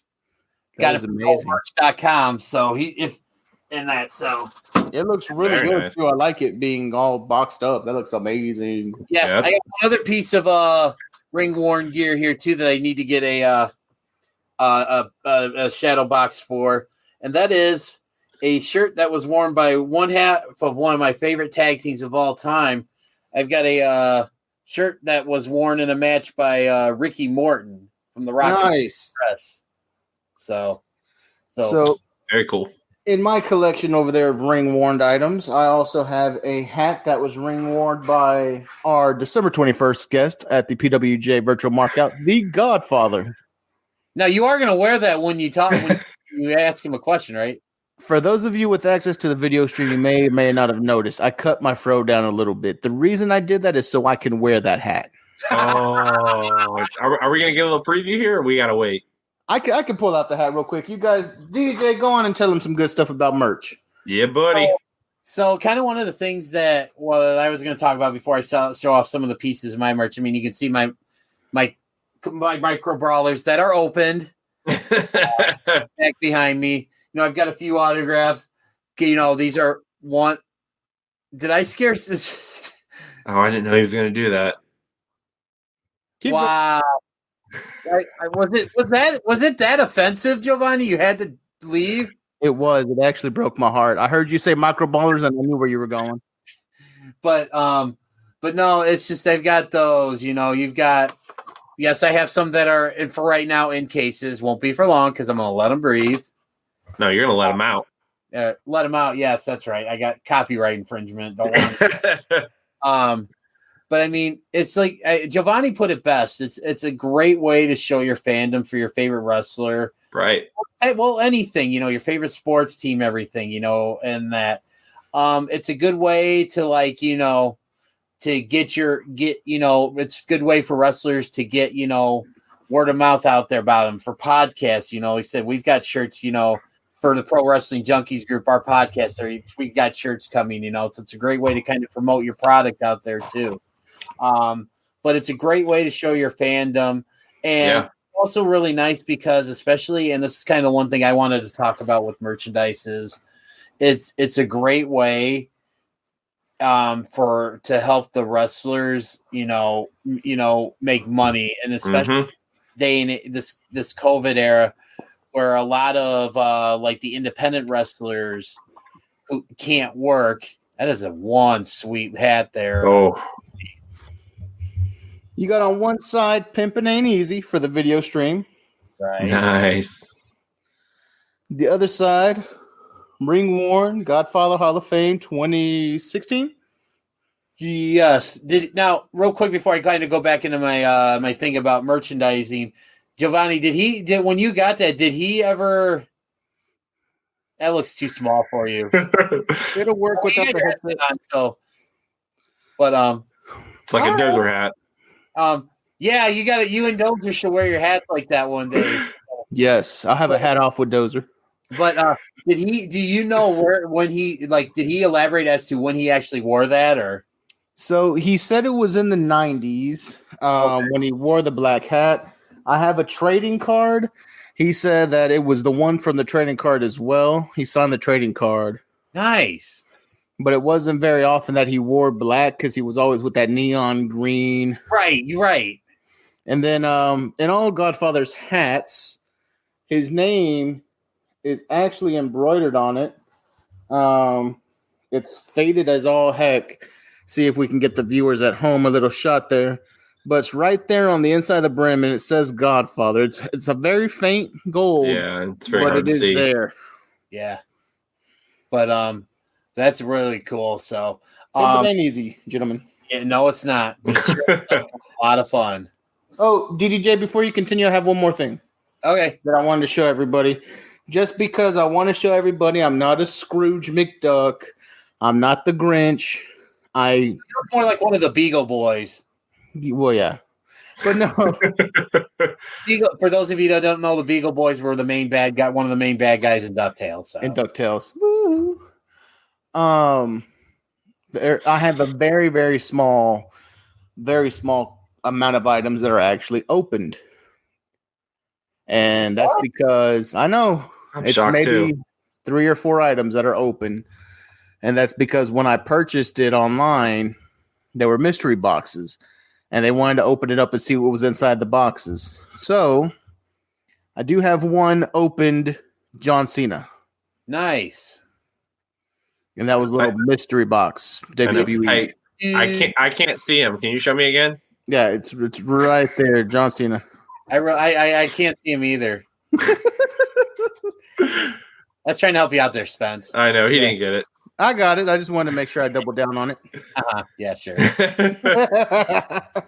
But yeah, that's my open piece. Go ahead, DDJ. So, going back, it's just because a lot of these independent wrestlers, they can't work right now. You know, they don't have the luxuries that, you know, like all the, you know, wrestlers under contract to these big organizations, AEW, WWE, New Japan, MLW, Impact, Ring of Honor. They don't have that ability to work right now, so they can't make money. They can't earn a living, you know, unless they have, 9-to-5 job. So really right now, like merchandising is for the majority of wrestlers out there, it is their only source of income. It's a life source. Yes. And that is why I think it's so important. It's like, yeah, we all like to get, all these nice shirts, like, Spencer wearing his, Kenny Omega and New shirt, which is a kick-ass shirt, and eventually I do want to get that one. Jovanni got his Stadium Stampede shirt. I'm wearing my Bully Ray shirt that came in this month's Pro Wrestling Crate and stuff. But I mean, I've been trying as of late. Like you guys know, when on my podcast, I interview independent wrestlers, right? And I always do it as a way for them to get their voice out there, to let them be heard, and I always give them the opportunity at the end of every interview, if you've got a merchandise store, how can people buy your merchandise? Because again, it's their only source of income. And then what I like to do is every wrestler that has taken time out of his, day to do my show, I buy a shirt from them. Nice. Like in that. And it's really cool because I do it because I get to know these guys, and it makes it so much easier for them to root for them. But then when it's like, they when they see you buy a shirt, they're so appreciative of it. I just got one in the mail that I bought from a guy named the American Outlaw Tyler Bodine, who wrestles kind of in down in the Western Illinois, Missouri area and stuff. He was on one of my episodes.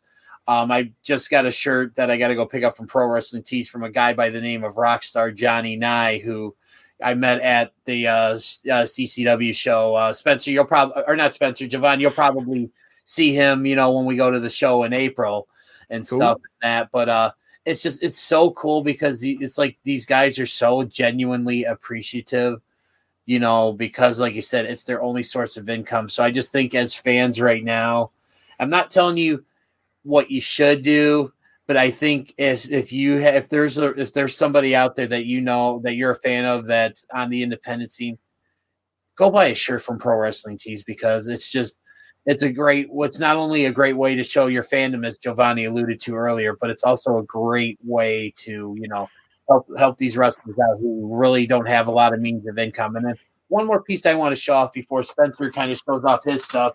I never got these. I was never lucky enough to get a pair of these from the man himself. I never bought these for some reason. I never bought these when I would go to the shows. But this is one of my favorite pieces that I have sitting on my desk in my studio, and that is both pink and the silver autographed Bret Hart sunglasses. Nice. So, yeah, I bought these straight from the Bret Hart himself on his store, his online store. So, but Spencer, let's see some of the stuff you got and talk about what merchandise is to you. Okay. Well, I just saw ourselves on the video, so I was just saying hi to ourselves. Reflection. Yeah. But yeah, so you brought up a great point, DDJ. Because of the COVID era, wrestlers have really not been able to make money because they haven't been able to wrestle a lot with everything going on. So merch is really their only source of income. So sites like Pro Wrestling Tees have been like a godsend for these independent wrestlers all over the country. And then like if any of them have shows, they're very fortunate that they're able to sell the merch and be able to make even just a small profit on them. And it could be just enough to get by and live. And they probably still have to work like another job too. So merch has definitely been a lot of them have a lot of them have 9-to-5 jobs, and a lot of times I podcast again. Sorry to keep plugging it and stuff, but I always like to get to know the guy behind the character. Right. And, I have one of the guys I had on. His name is Sean Young. He goes on. He wrestles under the name C Red. He's a teacher that special ed, he's a special ed teacher, and he teaches I think he said it was like kids that are like 18 to 21. Right. So, and that's so yeah, it's just a lot of these guys, they have these 9-to-5 jobs, and right now they kind of have to have them or else they're screwed, Right. Yeah. So definitely merch has been a godsend, and it's so important in this day and age for not just independent wrestlers, but also the big companies too, not like to help because they need the money. It also helps show that if you buy a t-shirt or buy any merchandise, it shows like WWE or AEW, like you support this wrestler, and that helps them get a push too. So that's always very important too.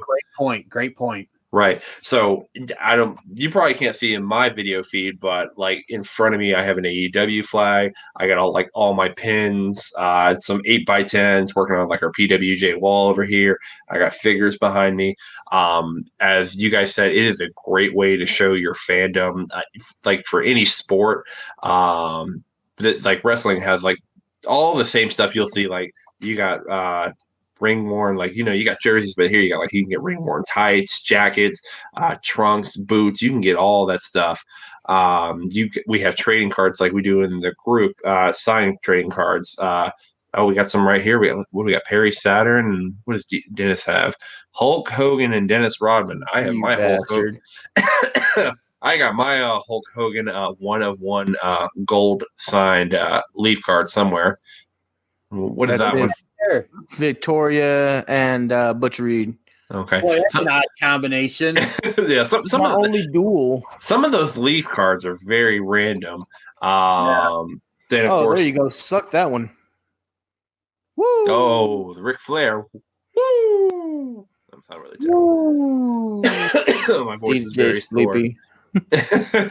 Before this one, everybody, just letting y'all know, we did our TLC predictions. We had a little break, but we went straight into that. So if my voice is a little raspy, sorry in advance.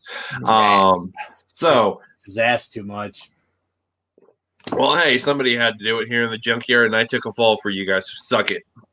Stop portraying yourself as a hero who sacrificed. We all know you did it willingly. Yes, nobody asked him to. He willingly participated in the kill. Guys, Jovanni. No, you know the answer. I didn't do it for The Rock. I did it for Vince. He did it for Vince. Of course he did it for Vince. All right, so let's we've talked about what merch is to us and kind of merch in the COVID era. Let's start showing off some of our favorite merches and maybe the stories behind it. First off, I know Dennis is going to want to show this off his. This is a autographed piece of the ring from All In, the biggest independent wrestling show of all time. So I'll try to show this off without, showing too much of the glare. Nice. It's autographed by Cody and the Bucks. And as you can see up top right there, you got a piece of the ring right here. This thing was not cheap. It was probably my most expensive thing I spent money on. Well, not me. Had to borrow some money there, but I did pay it back. 'Cause unlike these fellers up here, I actually still live with my parents, working on that. Maybe get out eventually. You can do it. I know. We're working on it. Also, during All In weekend, I was able to meet Kazuchika Okada at Pro Wrestling Tees when they did their meet and greet. I was able to actually get a lot of the meet and greets they had during Starrcast weekend. And at All In, he had Okada dollars falling from there, and I was able to pick a couple of them up. And I was like, hey, let's not get an 8x10. Let's get a freaking Okada dollar signed by the man himself. So I got nice and framed. So that's one of my favorite pieces there for sure. I would love to meet him again for sure. This is something I recently just got in in our Pro Wrestling Crate, which DDJ already plugged, and it is a fantastic documentary. I highly recommend it if you haven't seen it. If you got their crate, please watch this. It's fantastic. It is the behind the. And even if you didn't get it, it's out. It's available to watch on YouTube as well. So yeah, definitely. Yeah, definitely. So talk to him about that. While you guys are doing that, I'm actually going to go step away for just a sec to grab something I want to show you guys, and then I will be right back. So no, you're good. I'll keep showing off merch here. So we have the behind the scenes merch, and this one is one of 500 signed by the CEO of Pro Wrestling Tees, Mr. Ryan Barkin. So that's pretty cool. He doesn't do a lot of podcasts, and I know he probably doesn't do a lot of signed items, so that's pretty cool to have that. Jovan, do you have anything to share right now? Or? Yeah, I do. If you wanted to take a break from showing. Yeah, I got some cool stuff to show in a minute here, but I'll let my other co-host have a shot. All right, then I'll go ahead and step in and show you guys a little bit of my grill for those of you of benefits of the visual portion of our show. Yeah, this is the audio version. You're going to hear about it, but I would definitely check out the video version so you can see all this cool stuff we're showing off. So here we've got the late, great Eddie Guerrero. Oh, 8x10. Beautiful. It is certified. When I say that this is one of the most untouchable pieces in my whole collection, I mean it. Yeah. I was fortunate to come about that. If you guys have listened to the Junkyard for a while, you know how I feel about Eddie. We had an episode where I kind of gave a look into one of my interactions with him. An amazing person and an even better wrestler, if that's possible. Right. But that's a grail piece in my collection that it is not touchable. Right. Something that may one day make its way to the PWJ marketplace, our newly founded Pro Wrestling Junkies marketplace. Find us on the Facebook pages. Yep. Would be this baseball bat signed Bang Bang Cactus Jack. Oh, nice. I love this piece. It's actually on the type of bat that the first Lucille was ever made out of, which is the name of the barbed wire bat. Right. But my issue is where the placement of the autograph is. I can't wrap this in barbed wire. And yes, I'm going to be that guy and say, well, maybe I'll sell it so I can actually get something to wrap in barbed wire. Yeah. So question, where would you want that autograph to be able to put the barbed wire? So you need the barbed wire on there first, and he can autograph it in between the barbed wire gaps. I've seen it that way. It looks really cool. Yeah. But I've also seen where he's signed in a fair enough space below the barrel, so you could put barbed wire, and then the autograph is right there. Okay. It's just, I wasn't thinking about barbed wire when I got it signed. I was just like, oh, crap, it's Mick Foley, and I got the bat. Had I thought about it, I would have done better on the placement. But one more grail piece would be this one here, and it holds a little bit of sentimental value. This is the Biscuit Party Hat signed by both the Young Bucks. Yeah. This hat holds sentimental value for two reasons, gentlemen. Number one, I'm a giant Young Buck mark. Ever since I met the guys, they've honestly, if you go to a Young Buck meet and greet, there's a very good chance that they'll recognize you the next time that you go to a meet and greet because they're just amazing people. Yes, they are. But the story behind this hat, and I'll do it real quick so DDJ can show off some of his nicer pieces, would be on my sister's graduation year. She graduated when All Out was happening, the first All Out. Or no, Double or Nothing, because it was May. Right. My sister graduated during Double or Nothing, and my dumb ditty self didn't even remember that she was graduating. Yeah. So, of course, I booked the whole week in Vegas. I missed her graduation. I'm up at 3 a.m. Vegas time. Yeah. And I'm watching her graduate online like a big old dummy because I had forgotten. Now,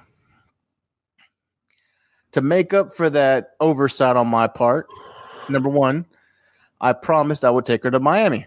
Right. So we ended up going to Miami in July.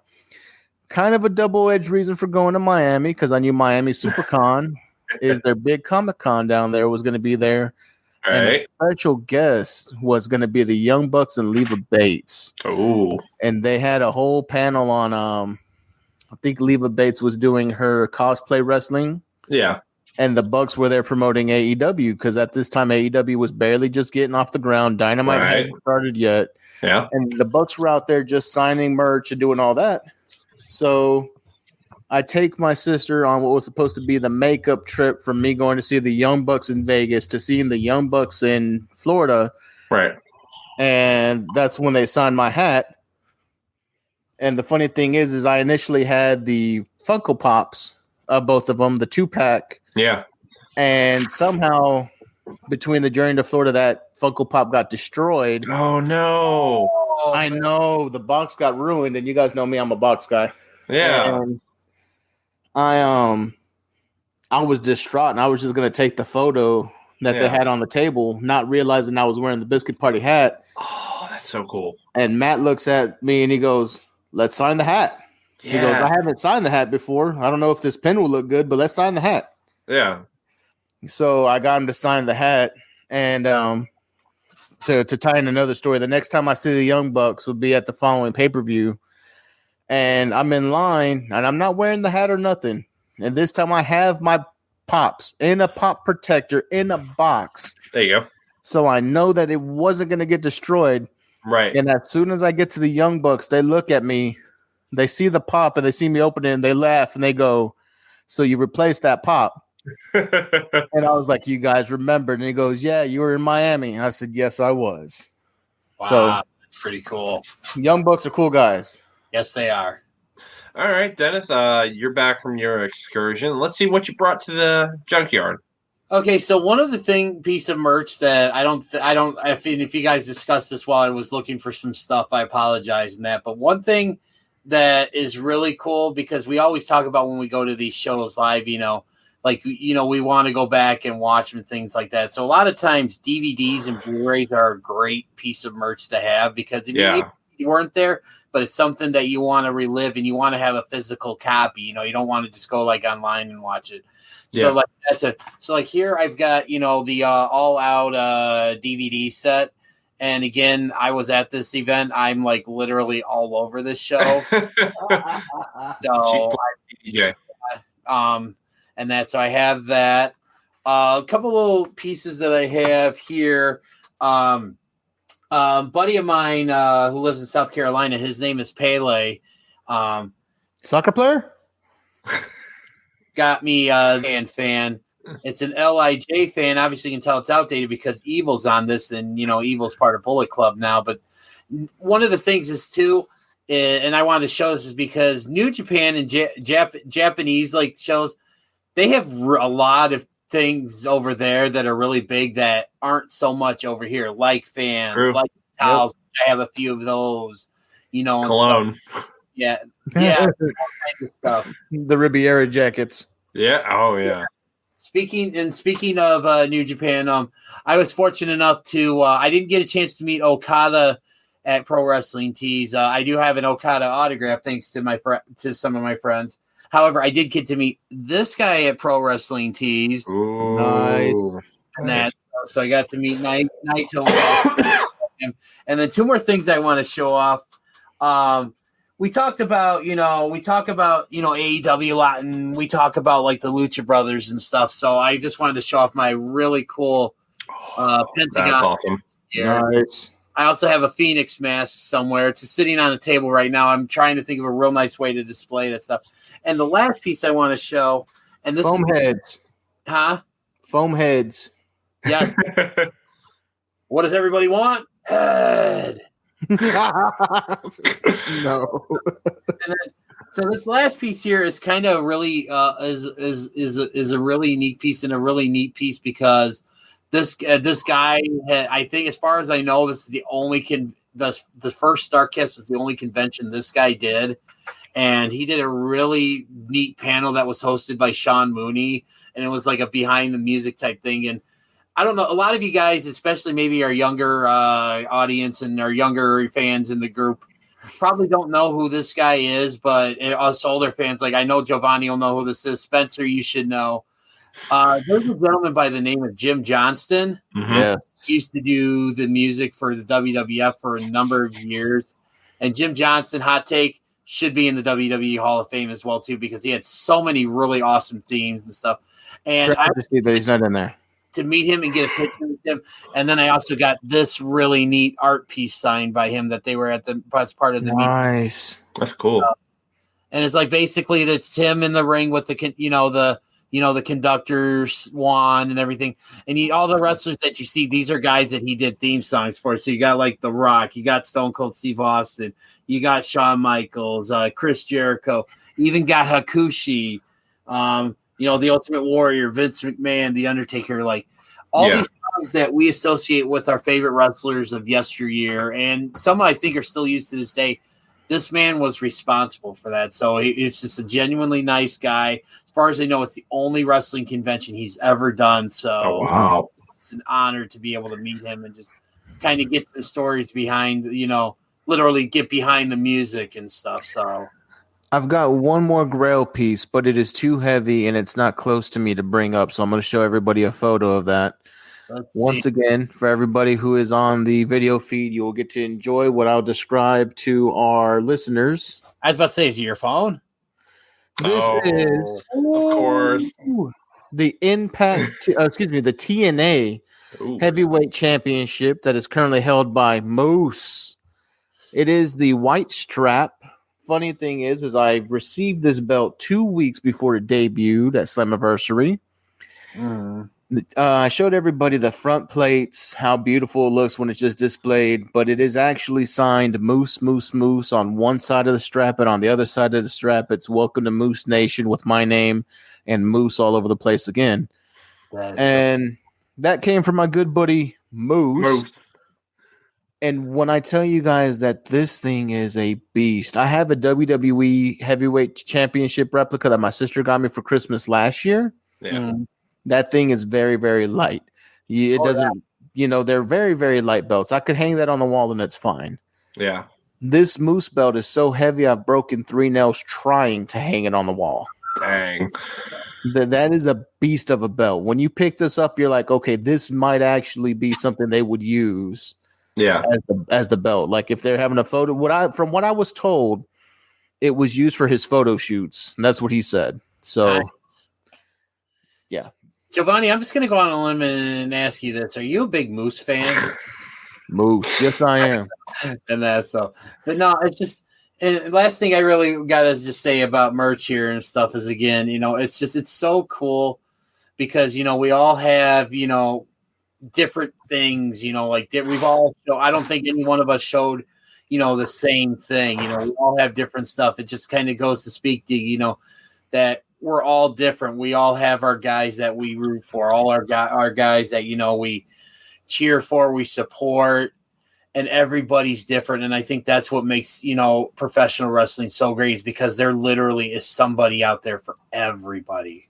Yes. Yeah, very true. Okay, so you guys are, I think, done showing your merch. I want to run through some of mine real quick.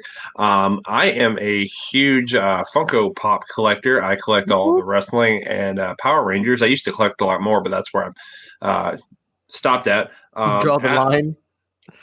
I drew the line. I had to, and with seeing how much wrestling they have coming out, Oh boy, it's still going to be a lot, especially when the AEW ones eventually come out, because hopefully that will happen. But at All In, I was able to get. I think these were my very first. I don't know if they were my very first, but it was my first time meeting the Bucks. I was able, unlike Jovan, I was able to get my sign. I got the purple and yellow. This is their Hot Topic one with the Bullet Club here.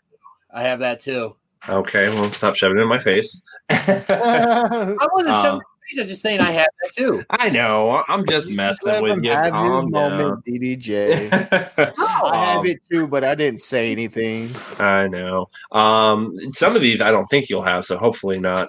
Oh. Then we have the American Nightmare, Cody. Oh my God! Does he have everything I have? I think I know what you're going to show that I don't. Was yours signed, DDJ? Because his was signed. Yeah. My Cody Pop is signed. Oh, Damn okay. it, mine is too. I was trying to help you there, Spencer. All right. Then we had Master of the 619, Rey Mysterio. That one I don't have, and I know that one is. I know that. That is very rare. I have, and the thing is, I have all the WWE pops. So those ones that are worth like a lot of money, I have them. So don't come to my house and steal them, please. I am still going to Georgia. Do you have this real quick, Spence? Do you have the CM Punk one with like the pink and black tights? Well, dude, if he has that, I'm dying. I'm gonna pop right now. This one, it's signed by CM Punk. Funny enough, I had a friend that went there and he experimented. I think he was trying to get his pink one signed with a pink paint pen. I bought paint pens before this, and he was trying to get it signed with a pink one. It didn't work out, but thankfully this white one showed up and actually looks pretty nice. Going with that. My Cody Pop that I have signed, he signed it in a white paint pen, and that looked amazing. Give me a purple. I will show you. Hold on. See, I've got Cody signed in purple paint pen, Bret Hart in pink, the Hardys, Matt signed in purple, Jeff signed in green. Jovan. Oh, he has it. Oh, he has it. That is a rare one. That's like $200 to $300 easy. Like I said, I have all the WWE pops, though, like all the rare one stuff. Only bad part about this one, I think, because it has only bad part. It does have a little rip on the side, but I think that's okay. It's not a big deal. You still get some serious coin for that one. Yeah. I'm not going to sell that anytime soon. You'll definitely get some good money. Actually, I'll show that one last. I just got this one recently from our former virtual markout guest, Olympic gold medalist Kurt Angle. Nice. Right there, Kurt Angle, Hall of Fame. I have that one. 17. Is that in red? Pink. Pink. Okay, yeah, I thought it blue, but I think it's almost that exact same inscription and everything. Okay, well, then we have this one. This one was fun to get. There was a movie that The Rock produced called "Fighting with My Family," and that movie is amazing. I love it. Right, go watch that if you haven't seen it. He came to Atlanta for a screening. And I was like, oh my God, I have to find a way to try to get my Funko Pop signed. And no. I know, right? I'm waiting here too. No, you got to build to the story. So and here's a good tip for you people that want to get your pop signed. What you need to do is, and this is what I did for All In. You take the pop out of the box. You have to open the box. Take a breather. You take the plastic out. You take the figure out. You just leave it at home. Whatever. You put the folded up box in like a binder. You fold it in there, leave it, and then you can pull them out. They're good to go, and you don't have to worry about the box getting ripped. Pro tip there.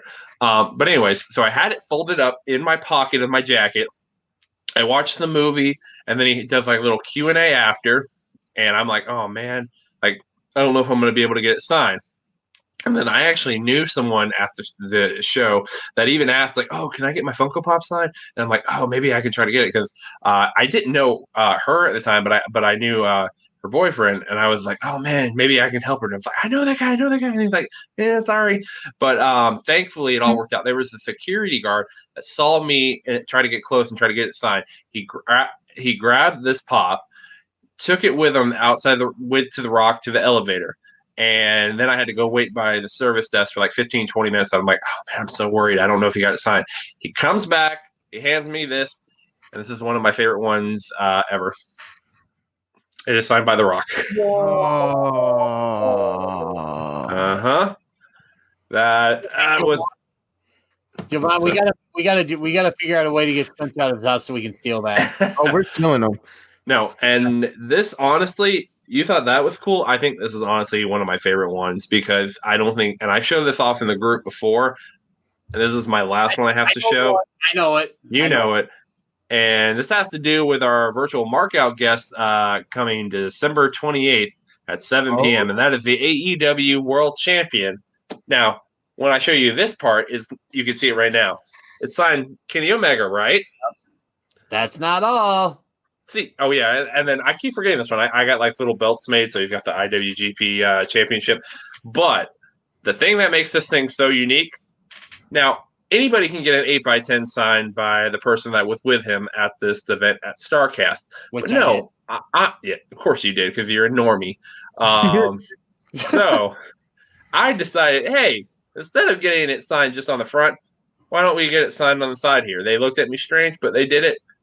And this is right here. That is Kota Ibushi's signature on the side of this pop. Nice. Dual signed by Kenny Omega, Kota Ibushi, the Golden Lovers. That's one of those things that's unique because you know, how many people out there kind of had that mindset to do something like that? I guarantee there's not that many, if any. There's not you probably got a really one of a kind. And see, that was my whole thinking behind that. It's like I can get Kenny to sign this. That's great. But if I can figure out, I was thinking like maybe I can get them to both sign the front, but then Kenny, like, as you can see, he has a huge signature there. So he took up the whole box. I'm just like, just sign it on the side. It'll be fine. Looked at me strange, but they did it. And I think that's so cool to have a pop signed by two different people, but there's a connection there. So it totally works. Yeah. My Omega is signed in gold, and it's the whole freaking face. Like he even almost got onto the little character on the front. my Omega is signed. He it's not as bad but it's his signature's so cool. Yeah, for sure. And then also I have those are my pops that are signed. I do not have any figures signed yet. Those are actually coming in the mail. I won those in one of our $2 raffles. The Jericho and Kenny Omega AEW unrivaled figures. Those are coming in the mail. And then I also won in one of our card breaks, like a giveaway kind of thing. I won a triple Edge head signed by Matt Cardona, Brian Myers, and Edge. So that's exclusive or whatever. Yeah. Oh, do you want to see one? I have one here. No, I'll see mine when it arrives eventually. So do you guys you mind if you show me yours? All right. So that is off the rails. Yeah, well, it's late. We're getting off the rails, but I think we're having fun tonight. Again, riding the high off that TLC prediction show and our special guest, Vince McMahon. But so that's I think that's like a good bit of all our wrestling merch we want to show. But to kind of end this and end on a note, so there are so many range of wrestling merch, from shirts to figures to pins to cards to autographs to everything. But I want to know, guys, and I'll start off, and it's not the original, but what was the first piece of wrestling merch you ever bought, you ever got, or something that kind of got you down the path? Now, me, I started as a wrestling fan 2007, 2008, kind of went to 2011. I don't remember anything I got. If I even got anything, maybe it might have been a game like SmackDown versus Raw or anything. But I don't consider any of that part. I'll know about it, but anything I bought there, I don't consider. I consider when I came back in 2016, when I could actually buy stuff, as my first official piece of wrestling merch. And that is when I bought this shirt. Again, it's not the original. I had since bought the softer version because I didn't know about soft style yet. I only wear soft. Hey, don't knock soft style. You got to pay that extra $4. It's worth it. So I paid an extra $3 already because I'm a bigger guy. So I paid an extra like $8. So be quiet. Anyways, so yeah, I'm a big dude. And I can't get him in the soft style. I have to get the rough ass because I'm big. You know what? Yeah. Pro Wrestling Tees fix that, man. I like soft shirts too. That's right. But so this is the OG Bullet Club shirt. I think the one that got a lot of people started on the wrestling merch. Again, this is one I rebought from Hot Topic when they actually had a comfortable style of shirt, not that hard cotton everybody was using like WWE used to use. But that is my first piece of wrestling merch, and that got me on the trend back into wrestling, into Funko Pops, into T-shirts, into action figures, into everything, and probably why my bank account hates me to this day. But gentlemen, if you have it on hand, or if you just remember, what was your first piece of wrestling merch? So for me, I think the very first thing that I probably would have gotten was a magazine or something. That's right when I first started getting into wrestling. But the one thing that I remember most is like that I consider, I guess, my first real piece of merch. Again, I've been a wrestling fan for 30 years, so I started watching in late 1990, early 1991. Right. And I remember my birthday that year. I think it had to have been 1991. I remember waking up and walking into the living room, and this if I get a little emotional, please bear with me because this involves my dad. So I woke up and went in the living room. Usually on my birthday, first thing I get up, is I think my dad would be at work because he worked at the time and he was up early and went to work and stuff. But my mom was up, saying me happy birthday. And I remember looking on the couch in the living room, and sitting there staring back at me was the Hasbro WWF wrestling ring, along with a Hasbro Hulk Hogan and a Hasbro Ultimate Warrior figure. Nice. And so that was like my birthday that year. And then I remember, and that wasn't it. Like, so I went to school and I got back home. Not only did I have those two, I actually had two more figures waiting for me when I got home, and they were Axe and Smash the Demolition. Nice. So that birthday, I got like my first 4 wrestling figures and the ring and that. So, and it was just, again, I can't say enough about how great my parents were to me when I was younger. And that's something that my mom and I talk about all the time. Is just, it's like my mom always likes to say is, we didn't make, all the money in the world or whatever, but we always made sure you were taken care of and I always tell, and stuff like this way, I always tell my mom, I loved my childhood because of stuff like that, those wrestling figures that meant the world to me, and I would get so many, and then the other thing that I remember too, my first wrestling t-shirt, my dad took me to my very first, actually took me to my first few wrestling shows, but my very first show I went to was a house show in WWE. It was a WWF house show in Chicago. Main event, I'll never forget, was the Ultimate Warrior versus the Undertaker in a body bag match. And Nice. my dad, when we got to the thing, my dad's like, you can get one thing. And I ended up getting an Ultimate Warrior t-shirt. And again, it's just like I said, it's the stuff like that. And it's the shirt, but to me, it was more about the memories that I had with my dad that day. So that's just like that kind of stuff there. That means so much to me because it reminded me just how awesome my childhood was. So in the feels. The feels, my man. Yes. That was a good one, DDJ. I hate to follow up that one. Just real quick, just before I let you go, it's just I'm thinking about my dad. Dad, I know we're coming up on Christmas here and stuff, and Mom, Angie, Johnny, we all miss you and we love you, and just keep watching over us. Dad, I love you. Okay, please carry on. That's beautiful. Well, DDJ gave a real good family story, and damn, I have to take the other route around this gentleman. My childhood as well, I was I grew up Hispanic. I don't know if you guys knew that, but Oh, I know, right? That's a shocker. Shocker, spoiler alert. How is it a spoiler if it happened? I don't know.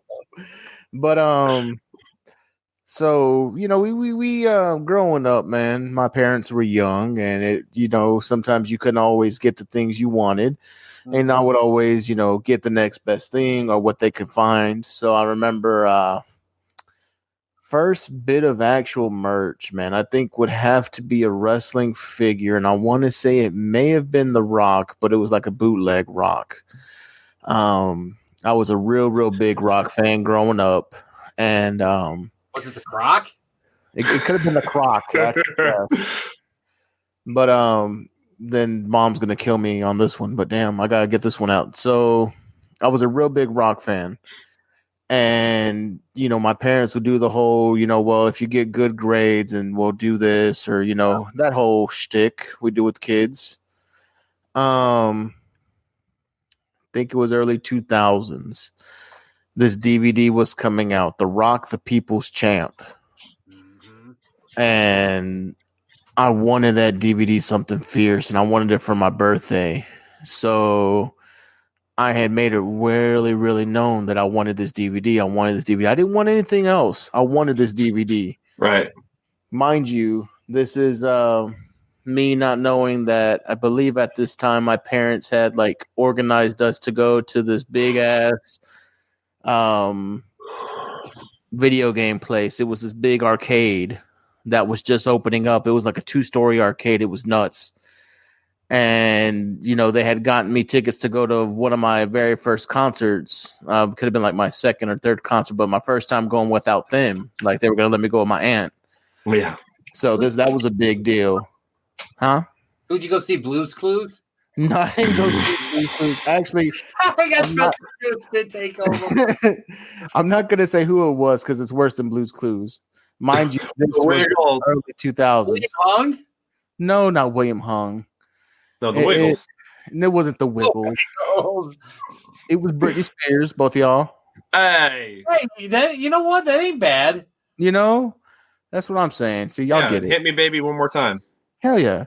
So I'm a slave for you. Oops, I did it again. You did it again. So, go on. I'm sorry. My ungrateful self, with this great birthday party set up, I get the tickets to go to the concert. And my mindset is, the only freaking thing I wanted was this damn DVD of The Rock, the People Says.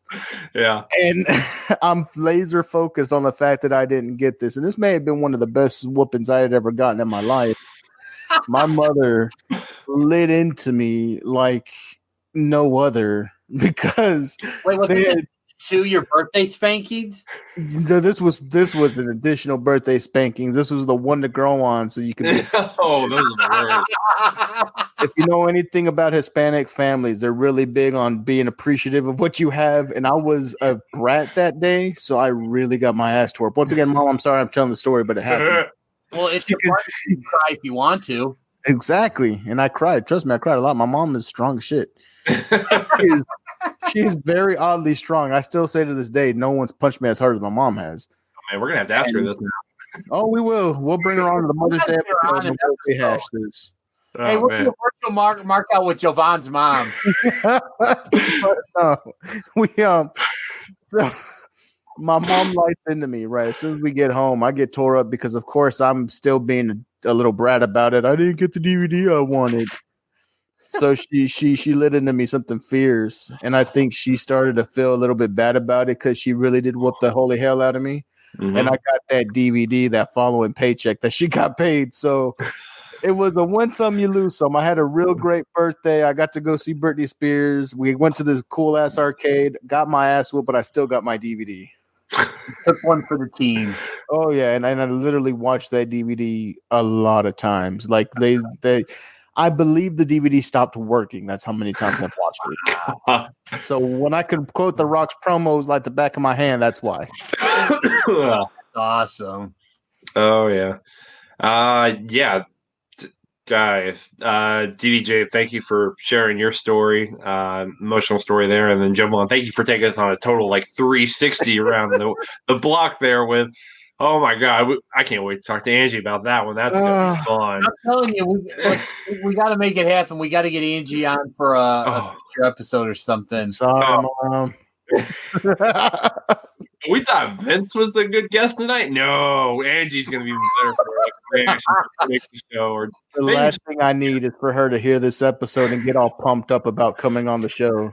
hey, Angie, you talk to number 11 here. I'll get you booked. Don't worry, girl. It's my mom. Podcast, Spotify, Google Podcast. If we're getting ready to pull up one day and we're ready to record and my mom pops up on that next window, I'm leaving. Oh God! We'll get All it. right. We'll keep it in the family. Oh, geez. We'll make her the Mother's Day episode. That's in May. Oh, We will definitely plan that for sure. But I think we've talked about merch a lot. Given some great stories. I think it's time for a trip to class since we missed last week's trip. all right, let's do it. Let's teach the masses. All right, everybody. This is the old school segment here where Professor Jovanni Hotty and Professors DDJ try to smarten me and the listeners up.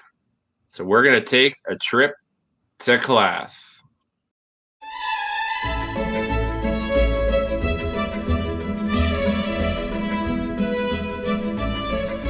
All right, gentlemen, as I mentioned before, we missed last week. Not going to double up on you guys, but I think I might get one that might stump you guys. Uh-oh. So we've been talking about merch. Oh, I think I might have you figured out on this. Oh, you might have me figured out. Oh, okay. Did you pull up a photo? Hold on. Let me finish my little thing. All right. So we've been talking about merch. There's a little store called Pro Wrestling Tees that was made a long time ago, like what, 8-9 years ago, whatever. So there was, I don't know. Documentary and find out. Yeah. Oh, look at that cheap plug for the documentary here. Go check out behind the guys over there, Pro Wrestling Tees, man. There you go. Check that out. And then go get one signed by Ryan Barton, 1 of 500. I could get one signed if I wanted. Oh, you could. We know. Everybody loves you there. But so there were when I picked up the other day. Yeah, there was a few original wrestlers that helped start up the company. And one of these wrestlers is who I'm choosing. So give me your guess. Well, you said one, so I don't think I have it, but I'm going with a tag team. Yeah, I also went with the Merch Freaks. Oh. But you know wait, what? Were we right or? No, you're wrong. Okay, so you said one person. I have another guess for a single person. No, you only There's no double guesses. We got stumped. There's no double guesses. You got stumped. You got punked. No, another good one. But you're in the same city. You got boom, Colt Cabana. Oh, okay. I'm really shocked you didn't get that one. I didn't even think about it, but yeah, did you? Damn, yeah. You guys need to get your stuff together, man. We missed 1 week real bad, and now we got to get our crap together. That's right. So let's have some Colt Cabana matches. So I got one that I am a really big fan of, and stuff, and that is, I believe it was what was it? I believe it was an NWA pay-per-view when their relaunch. I'm trying to think of which show it was, because I know it wasn't on an episode of Power. I don't think it wasn't the 70th anniversary, because that's when this guy won the title. It was one of the NWA pay-per-views. I'm pretty sure I have it on DVD. But when he beat Willie Mack for the NWA National Heavyweight Championship, I thought it was a really good match and stuff, because it showed that Colt Cabana isn't just a comedy wrestler. He's a jet, he can actually go. Mm-hmm. Right. And that so I will try whilst Jovanni talks about his first match. I'll look up the event, but I'm going to go with Colt Cabana beating Willie Mack for the national championship. All right. So we pulled out one who I don't have too much familiarity with. Colt Cabana is a little bit more of, I don't want to say newer, but he is more of an indie guy. Right. Especially, DDJ is going to take the brunt of the lead here because he's an indie guy in DDJ's neck of the woods up there in Chicago. Right.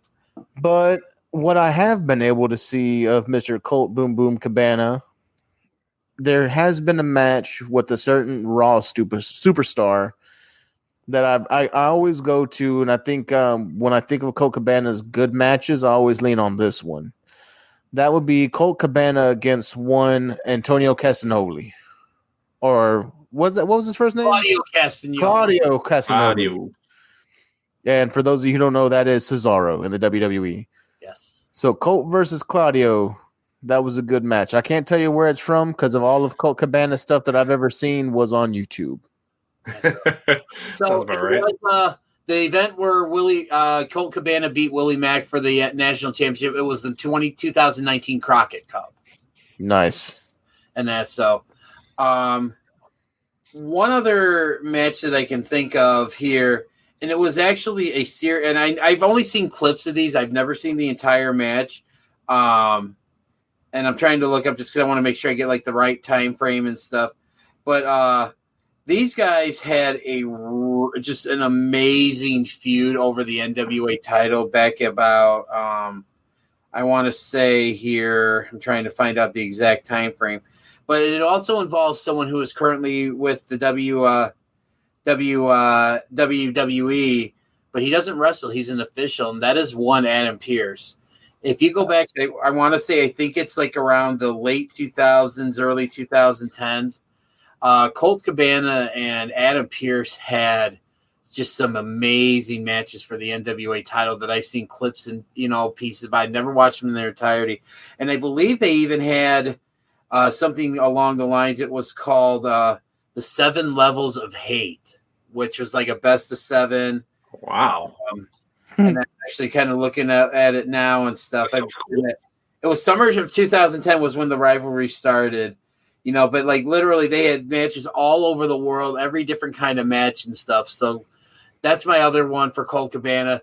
Look up 7 Levels of Hate with Colt Cabana versus current WWE official Adam Pearce.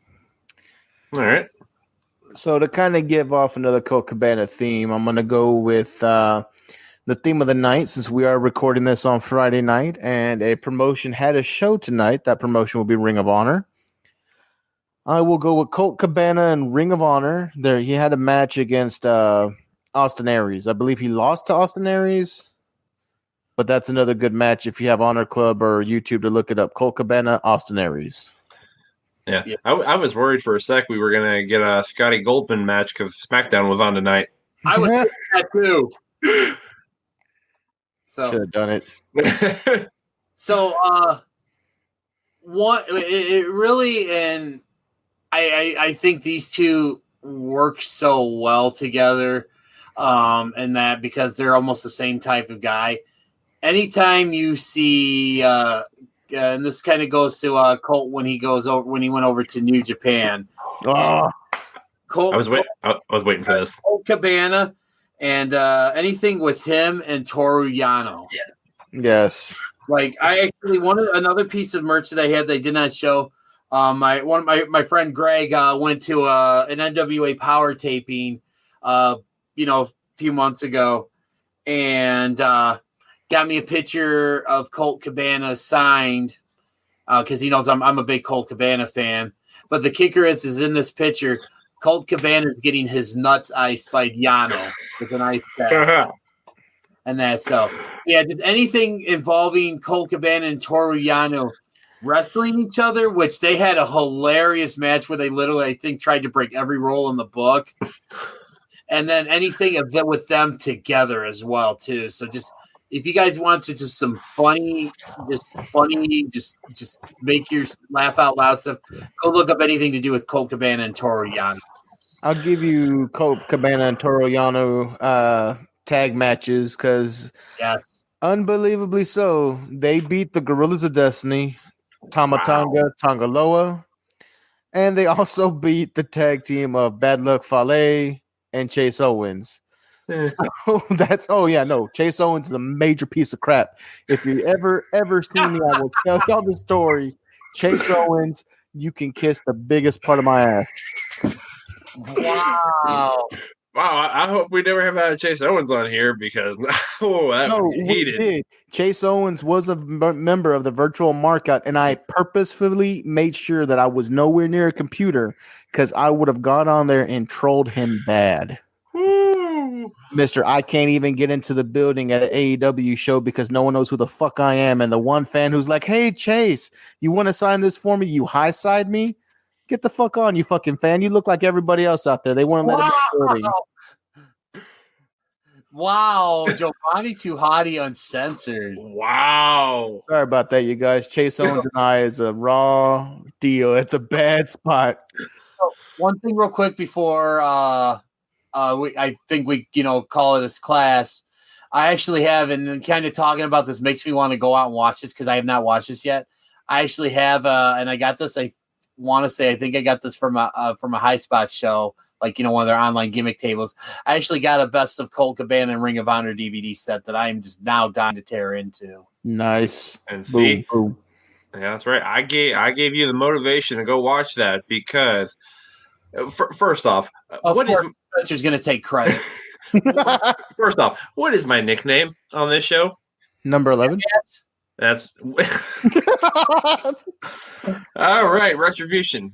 So my nickname is Number 11. What faction is a certain wrestler in right now that we're talking about? He's loosely affiliated with the Dark Order. BS. He's fully in. He partied with them. Yeah, he did. I'll give Spencer that. He did. He is teaming with 10 and 5 against Jurassic Express on AEW tomorrow night. So come on, he's in the Dark Order. You guys should have seen this one coming away. I'm a little disappointed tonight. You know what? All the signs were there, and we didn't see them. Not the first time been disappointed in this. I know. I kind of give you in us. Maybe on our war show we won't do one. So the next time we have class, you guys can redeem yourself. Okay. Class in the new year, we shall be better. Yeah, it's okay. 2020 has been a down year for everybody, so I'll give you the benefit of the doubt.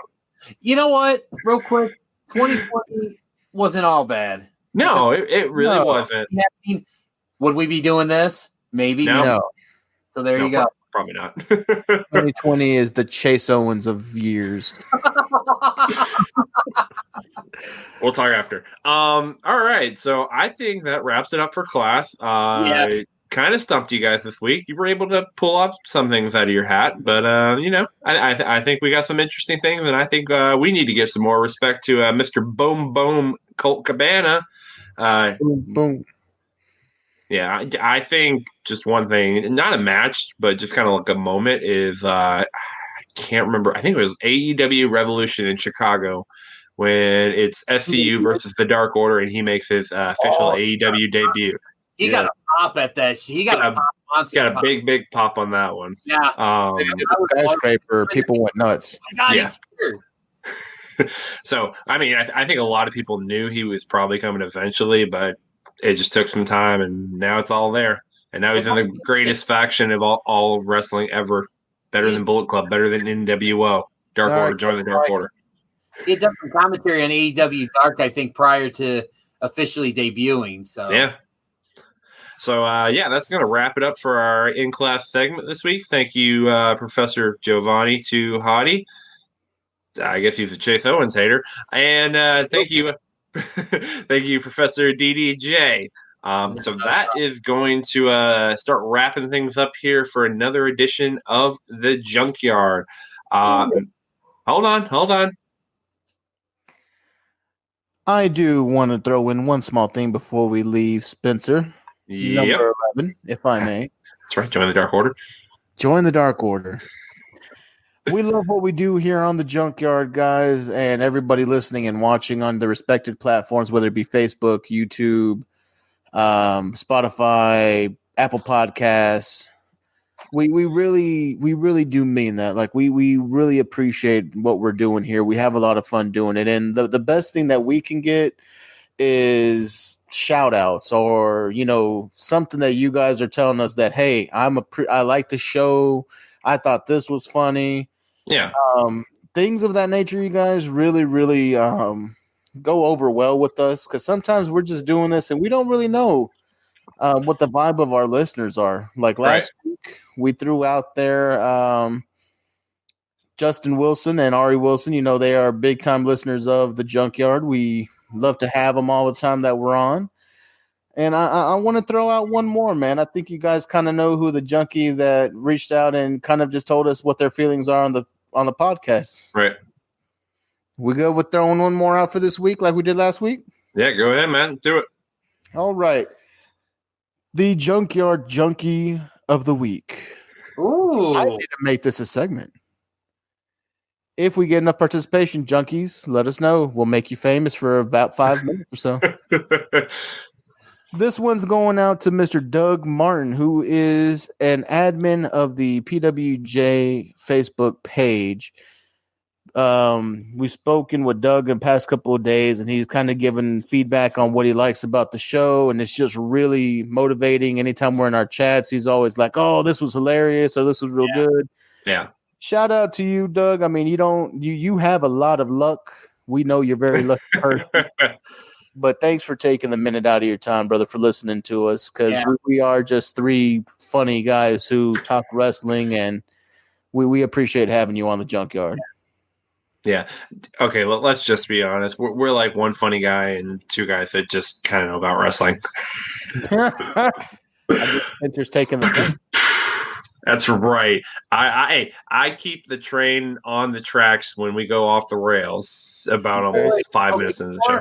Before we close this false finish, Spencer, when you said there's only one funny guy, are you referring to yourself as the funny guy? Hey, I think he was. Well, he's not. He didn't get all of that in. He's not just funny. He's funny looking. Oh, to go out. All right. So we are going to be we're going to be looking for a new host on the Junkyard. DDJ is now going to be replaced. Justin, Doug, we will now be replacing you. So 2021, we're shaking up the Junkyard. DDJ, get the hell out of here. Joking, we love you, man. But you can be a dick sometimes. No future endeavors. Yes, Dennis, we wish you the best in your future endeavors. I know that joke gets old and Hunter hates it, but it's fine. Okay, so this has been another episode of the Junkyard. Thank you to everyone who has watched the YouTube videos, to everybody who has went out of their way to listen on Spotify, on Apple, on any of the audio platforms, to anybody that has stolen an Apple phone or even has an Apple product and left a 5-star review or even rating. Thank you. We greatly appreciate it. To anybody that has watched any of the matches that these two guys have recommended, any suggestions or anything, we greatly appreciate it.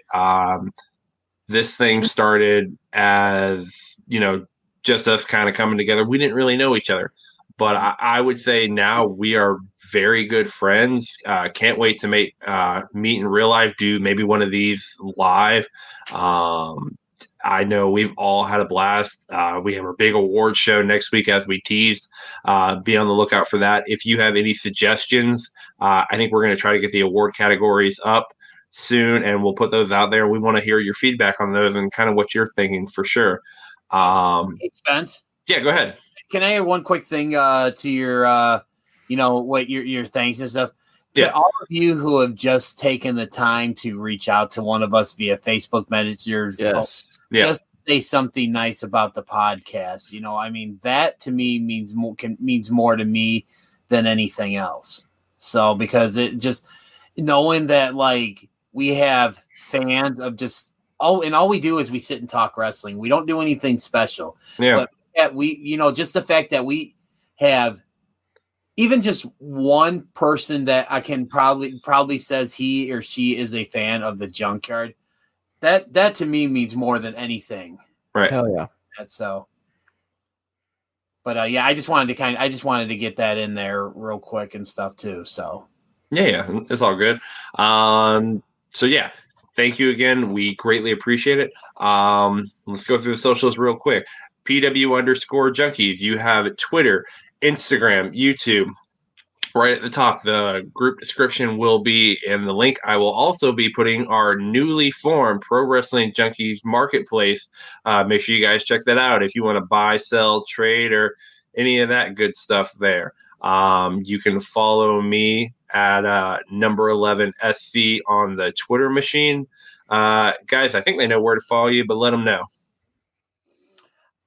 You can find me on Facebook as Dennis Day Jr. You can also find me on Twitter at Dennis W. Day Jr.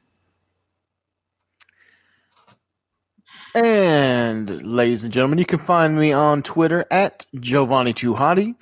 You can also find me on the Pro Wrestling Junkies Facebook page under Jovan Menacho. All right. And once again, I want to make sure you guys all know this. December 28th, 7 p.m. Eastern, we will be having the AEW World Champion, the hottest thing in pro wrestling today, Kenny freaking Omega.